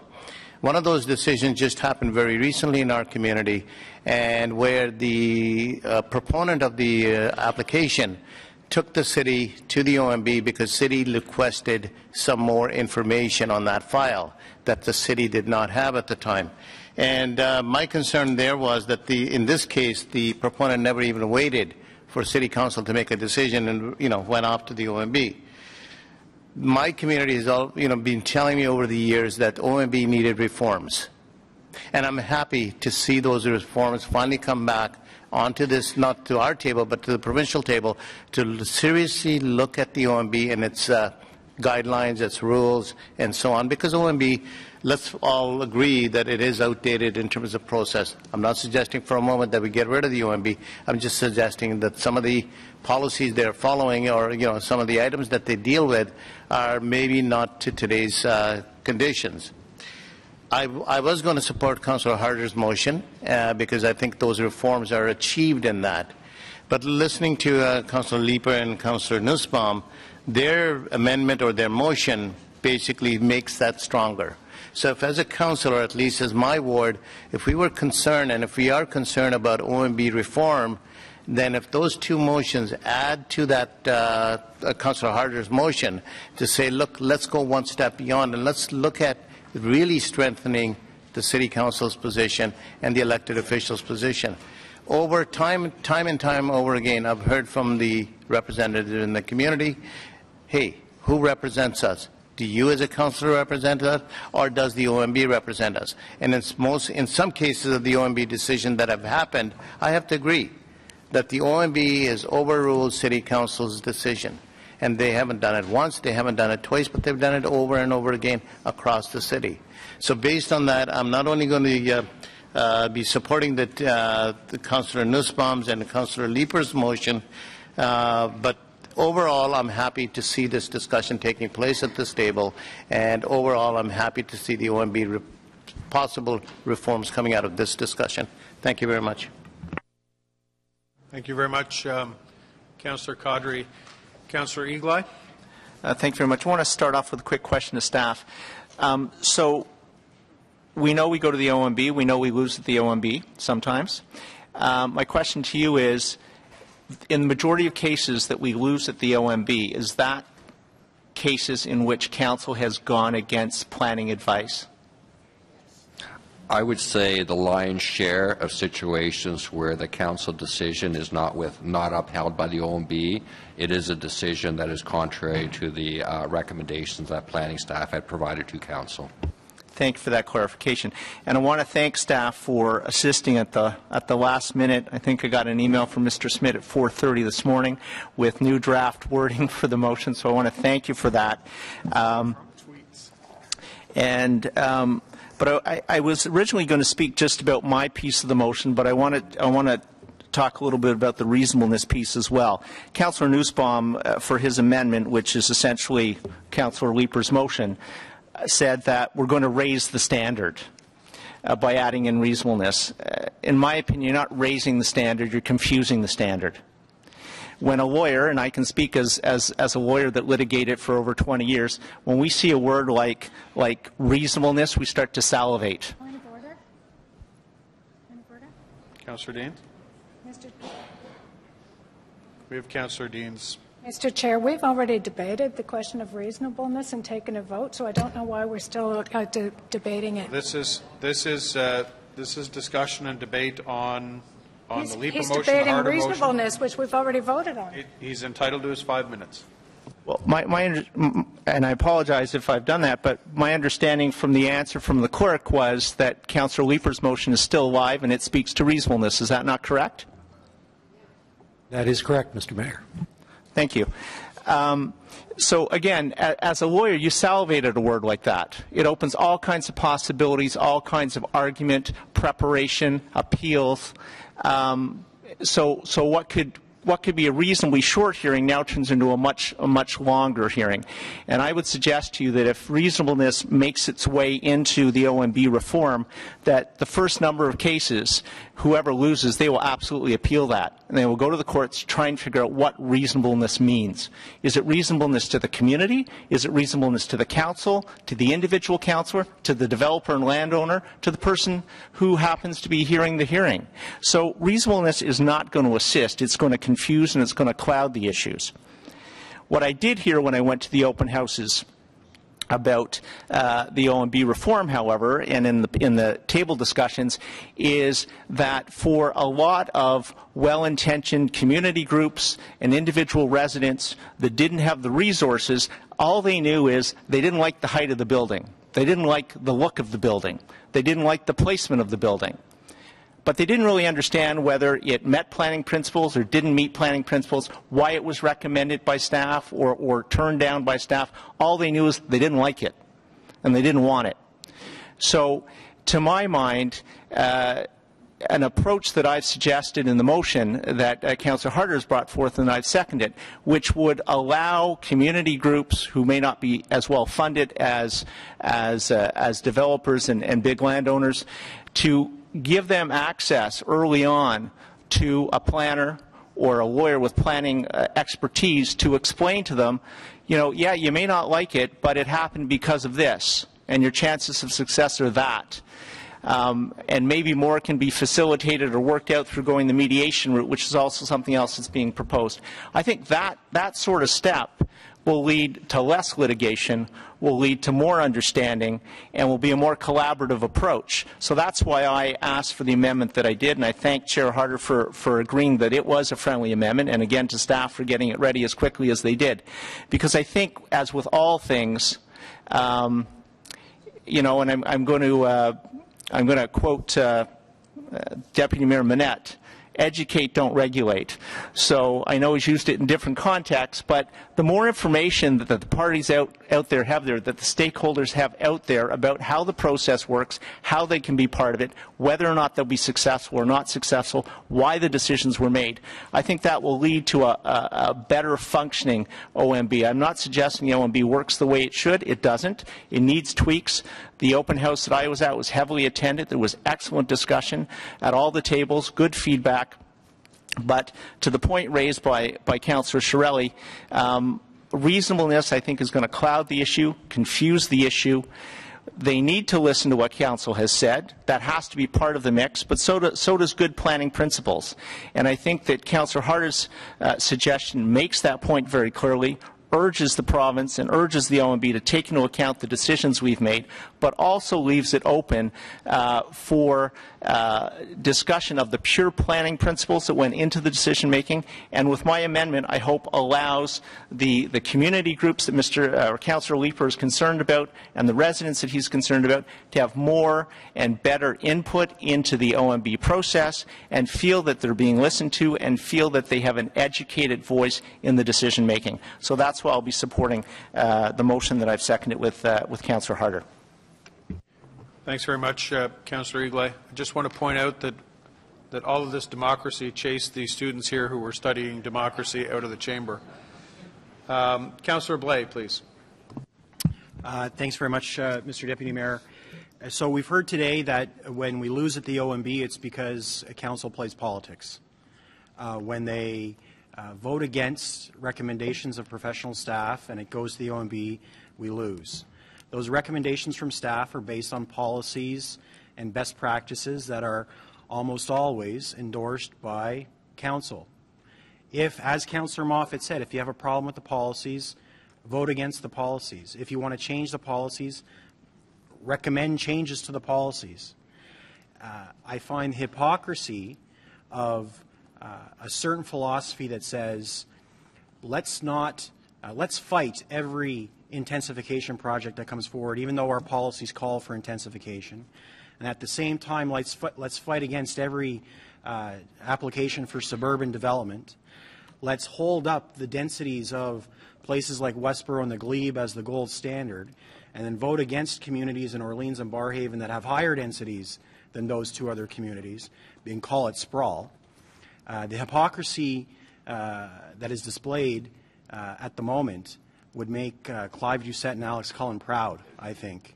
And the procedural voodoo attempted today will go down in history as a blatant demonstration of politics, when really, if people want to make change, propose the change. Get your hands dirty. What are the policies that will make things better? To date, 2 years in, I haven't seen any recommendations for those changes from the people who are upset by them. If there are recommendations for change, bring them forward. Otherwise, let's get on with business. Thanks very much. Thank you very much, Councillor. There are no other speakers on the list. I'm going to give Councillor Leeper an opportunity to wrap up on his motion, Councillor Harder to wrap up on hers, and then we will vote. So, Councillor Leeper, please. Thank you, Chair. I'll take this opportunity to ask my colleagues not to support the Harder motion, not because I disagree with it. Within my motion is the crux of what I think Councillor Harder's motion says, but I would like us to be more assertive in our input to the province with respect to the degree of reform that we'd like to see at the OMB. The question is, who is in charge of planning our city? Is it elected officials who are accountable to voters, or is it an unaccountable and unelected OMB? A standard of reasonableness would restrict the OMB to overturning council decisions only when those decisions are demonstrably unreasonable. That is, I think it goes without saying, that they are out of step with the policies and rules that are supposed to govern our decisions. I'll quote from the provincial consultation paper. There has been some discomfort about what reasonableness means. The province has said that means OMB hearings would examine whether the original decision was within a range of defensible outcomes within the authority of the municipality or approval authority. If the decision is found to have been made within that range of outcomes, the OMB would not be able to overturn it. I think that's a very clear definition from the province itself about what the standard of reasonableness means. And I think it's important to remember as well that reasonableness, the reasonable person, is ultimately at the basis of most of our Canadian law. What is at issue here is whether there should be limits on the grounds upon which the OMB should be able to overturn council decisions. It has suggested that they might be limited to ruling on the validity of the decision under appeal. In a field that is as subjective as planning, it would require the OMB to demonstrate that a municipal council decision is unreasonable to overturn it. I still don't understand the opposition to a standard of reasonableness. In a memo distributed yesterday, staff asserted with respect to the reasonable test proposed by the province that adopting this approach would have the OMB moving away from making decisions grounded on principles of good planning. I have not heard any further analysis of that. At no time under a standard of reasonableness would the Council ever be absolved of making a decision on the basis of sound planning principles. But the change would recognize that in planning there are, as the province says, a range of reasonable outcomes from any given process.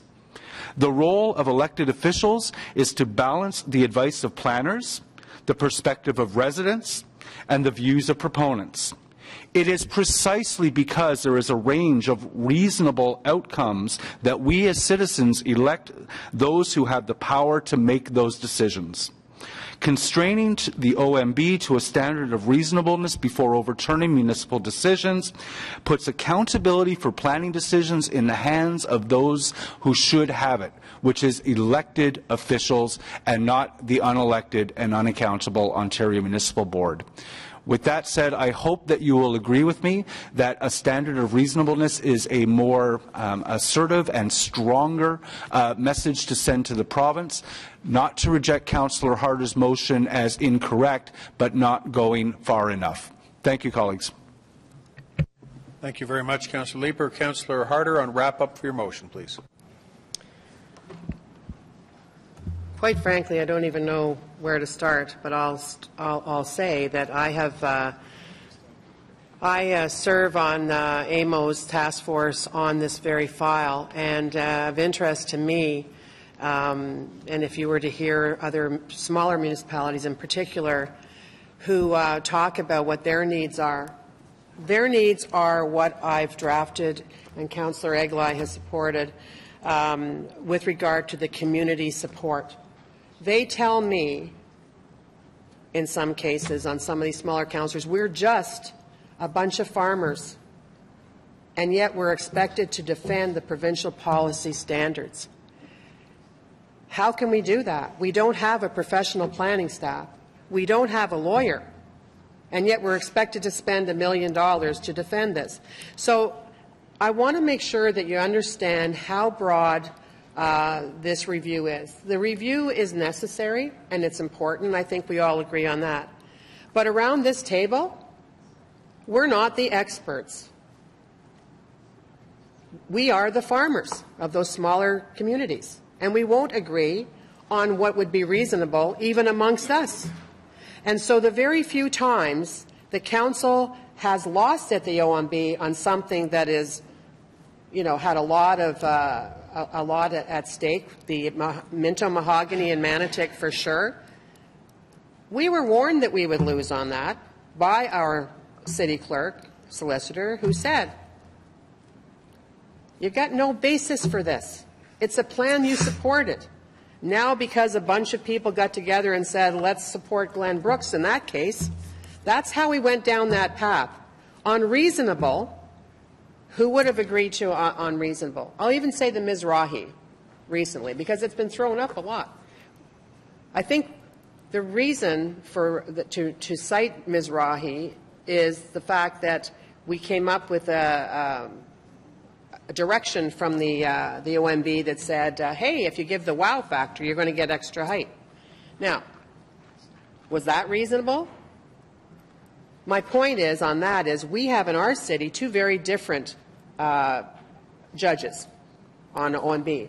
And I think that the saying in the report that staff have done that we invest in consistency with those people across the province, that our Planning Act is consistent and it is what you use to measure. And in our case, we have the great good fortune of having excellent professional staff who give us very good advice. And sometimes we don't agree with them, but that is extremely rare. And when we haven't is when we've lost an appeal at the OMB. I wish I had the numbers. They're that small out of the total number of appeals. But having said that, I can tell you that in this term of council, the number of OMB appeals has dropped to a quarter of what they were. Why is that? Because we have, our staff and this council have worked really, really hard to collaborate, communicate, cooperate. I'll give you an example on the infill 2. Infill 1 was, how many weeks was that that Alain Miglis had to go to Toronto? 6 weeks or something? Okay, infill 2 comes along, and guess what? We have Old Ottawa East is one of the appellants. They said, no, we can't stand for that. What happened is our staff collaborated and worked with that community to come up with a solution outside of the OMB. You see, here's the difference between us and Toronto. We got a good thing going here because of those words. Collaborate, cooperate, communicate. That's what we do. That's why we're having success. We've never been in a position where we've been more inclusive in bringing in the industry, bringing in the communities, and sometimes we won't like it. Let's just make sure that when we don't like something, it's for the right reason and it's got sound facts to back it up. So I'm asking you to support the motion that has evolved with the help, and yes, Mr. Smith at 4:30 in the morning, just like yesterday morning when we were working on the official plan amendment stuff. These guys work really hard for us. And I'm hoping that you'll support the pulling out what they've put into the document on the community support to continue in the vein that we are going in that direction. Because with that, we are strong and we do represent our city. Thank you very much. Thank you very much, Councillor Harder. And certainly, I think a lot of good points were made today by the entire table about this issue. I support Councillor Harder's position, not because I disagree with the concept of what Councillor Leeper, Councillor Nussbaum are looking to do, but I agree with Councillor Blais that if the policy should be improved, then we should be improving the planning principles, not trying to install some kind of guard against improperly conceived planning principles. I think our planning principles are good. If they need to be tweaked or improved, they should be. I also agree with Councillor Eagleye. I think oftentimes the legal community see a word, as he said, reasonableness, and see that there's a great opportunity to have play with that. I don't think that's, if we're trying to inject certainty in the planning process, I don't think that does it. I think it moves us into unsure territory. So with that, we'll call for a vote on the Harder motion. And so a vote of yeas and nays on the Harder motion. If the Harder motion is successful, it eliminates the Leeper-Nussbaum motion. If it does not, then we'll move on to the Leeper-Nussbaum motion. So on the Harder motion, yeas and nays. Councillor Deans? Yes. Councillor Kakish? Yes. Councillor Eglai? Yes.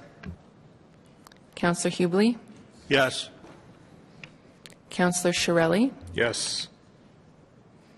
Councillor Nussbaum? No. Councillor Middick? Yes. Councillor Leeper? No. Councillor McKenney? No. Councillor Chernyshenko? No. Conseiller Manette? Yes. Councillor Derouz? Yes. Councillor Kadri? No. Conseiller Fleury? Oui. Councillor Moffat? Yes. Councillor Wilkinson? Yes. Councillor Tierney? Yes. Councillor El Shantiri? Yes. Councillor Harder? Yes. Councillor Brockington? No. Councillor Taylor? Yes. Conseiller Blais? Oui. Pardon? Yes. Conseiller Cloutier? Oui. Mayor Watson? 17 yeas, 6 nays. Thank you very much. The Harder motion is successful. That dispenses with the Leaper motion. So on the main report as amended by the Harder motion, carry. Can we agree the same vote is recorded for the dissents? No, we can't. An additional dissent by Councillor Brockton. No, he's not dissenting. Okay. Have you got that, or do you want? All right. Let's do yeas and nays. Let's try and do it quickly.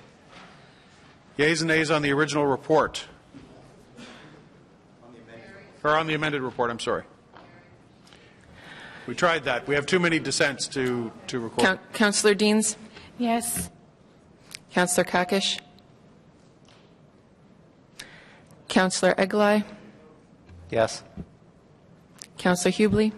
Yes. Councillor Shirelli? Councillor Nussbaum? No. Councillor Middick? Yes.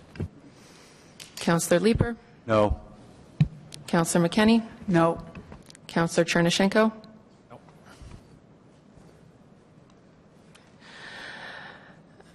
Councillor Manette? Councillor Derouz? Yes. Councillor Kadri? Yes. Conseiller Fleury? Councillor Moffat? Yes. Councillor Wilkinson? Yes. Councillor Tierney? Yes. Councillor El Shantiri? Yes. Councillor Harder? Yes. Councillor Brockington? Yes. Councillor Taylor? Conseiller Blais? Yes. Conseiller Cloutier? Oui. Mayor Watson? 15 yeas, 5 nays. Okay. Thank you very much. 15-5.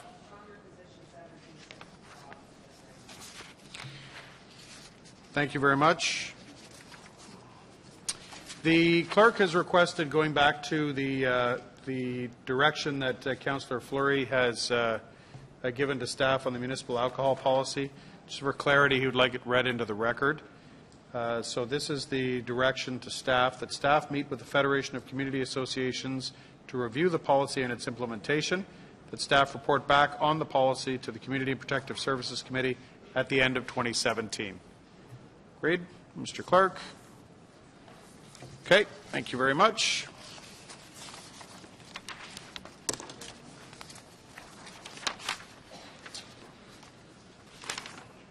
And now, motion to adopt reports. Councillors Cloutier and Wilkinson, please. Thank you, Mr. Deputy Mayor. Que le rapport intitulé Rapport de situation de...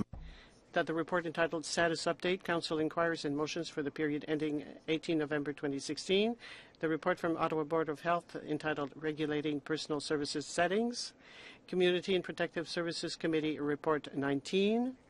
Planning Committee Reports 35A and 36. And Transit Commission Report 11 be received and adopted as amended.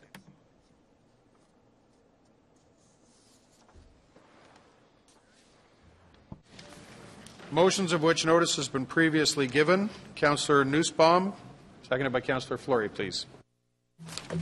Thank you, Mr. Deputy Mayor. Yes, this is just a final extension on a temporary lane closure.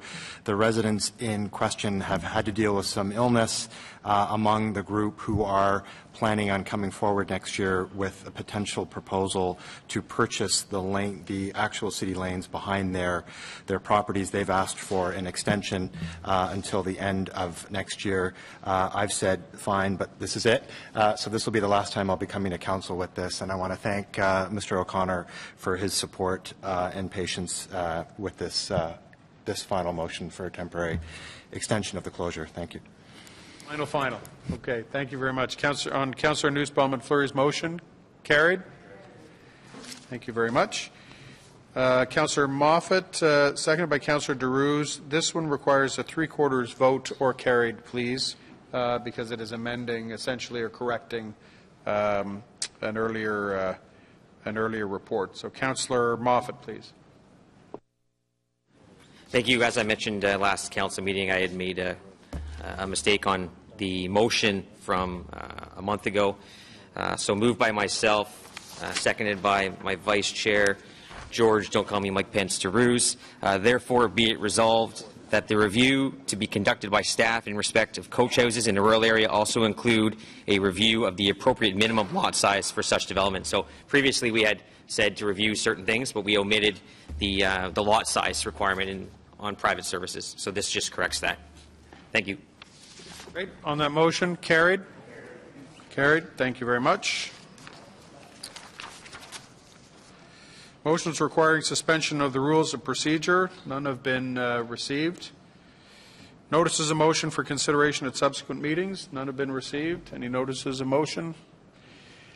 No. Notice of intent. A notice of intent from the City Auditor General to table the annual report of the December 1st, 2016 meeting of the Audit Committee has been received. Motion to introduce bylaws. Councillors Cloutier and Wilkinson, please. That the bylaws listed on the agenda under motion to introduce bylaws 3 readings be read and passed. Carried. Confirmation bylaw, Councillor Cloutier, seconded by Councillor Wilkinson. Que le règlement suivant soit lu. That the following bylaw be read and passed to confirm the proceedings of the council meeting of November 23rd, 2016. We've received one inquiry from Councillor Fleury, please.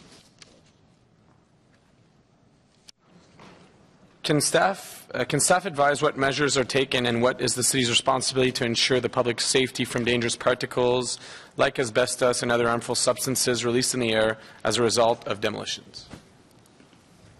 Thank you very much. Are there any other inquiries? Nope. On adjournment, Councillors Cloutier and Wilkinson, please. That the proceedings of City Council meeting of November 23rd, 2016 be adjourned. Carried. Thank you very much.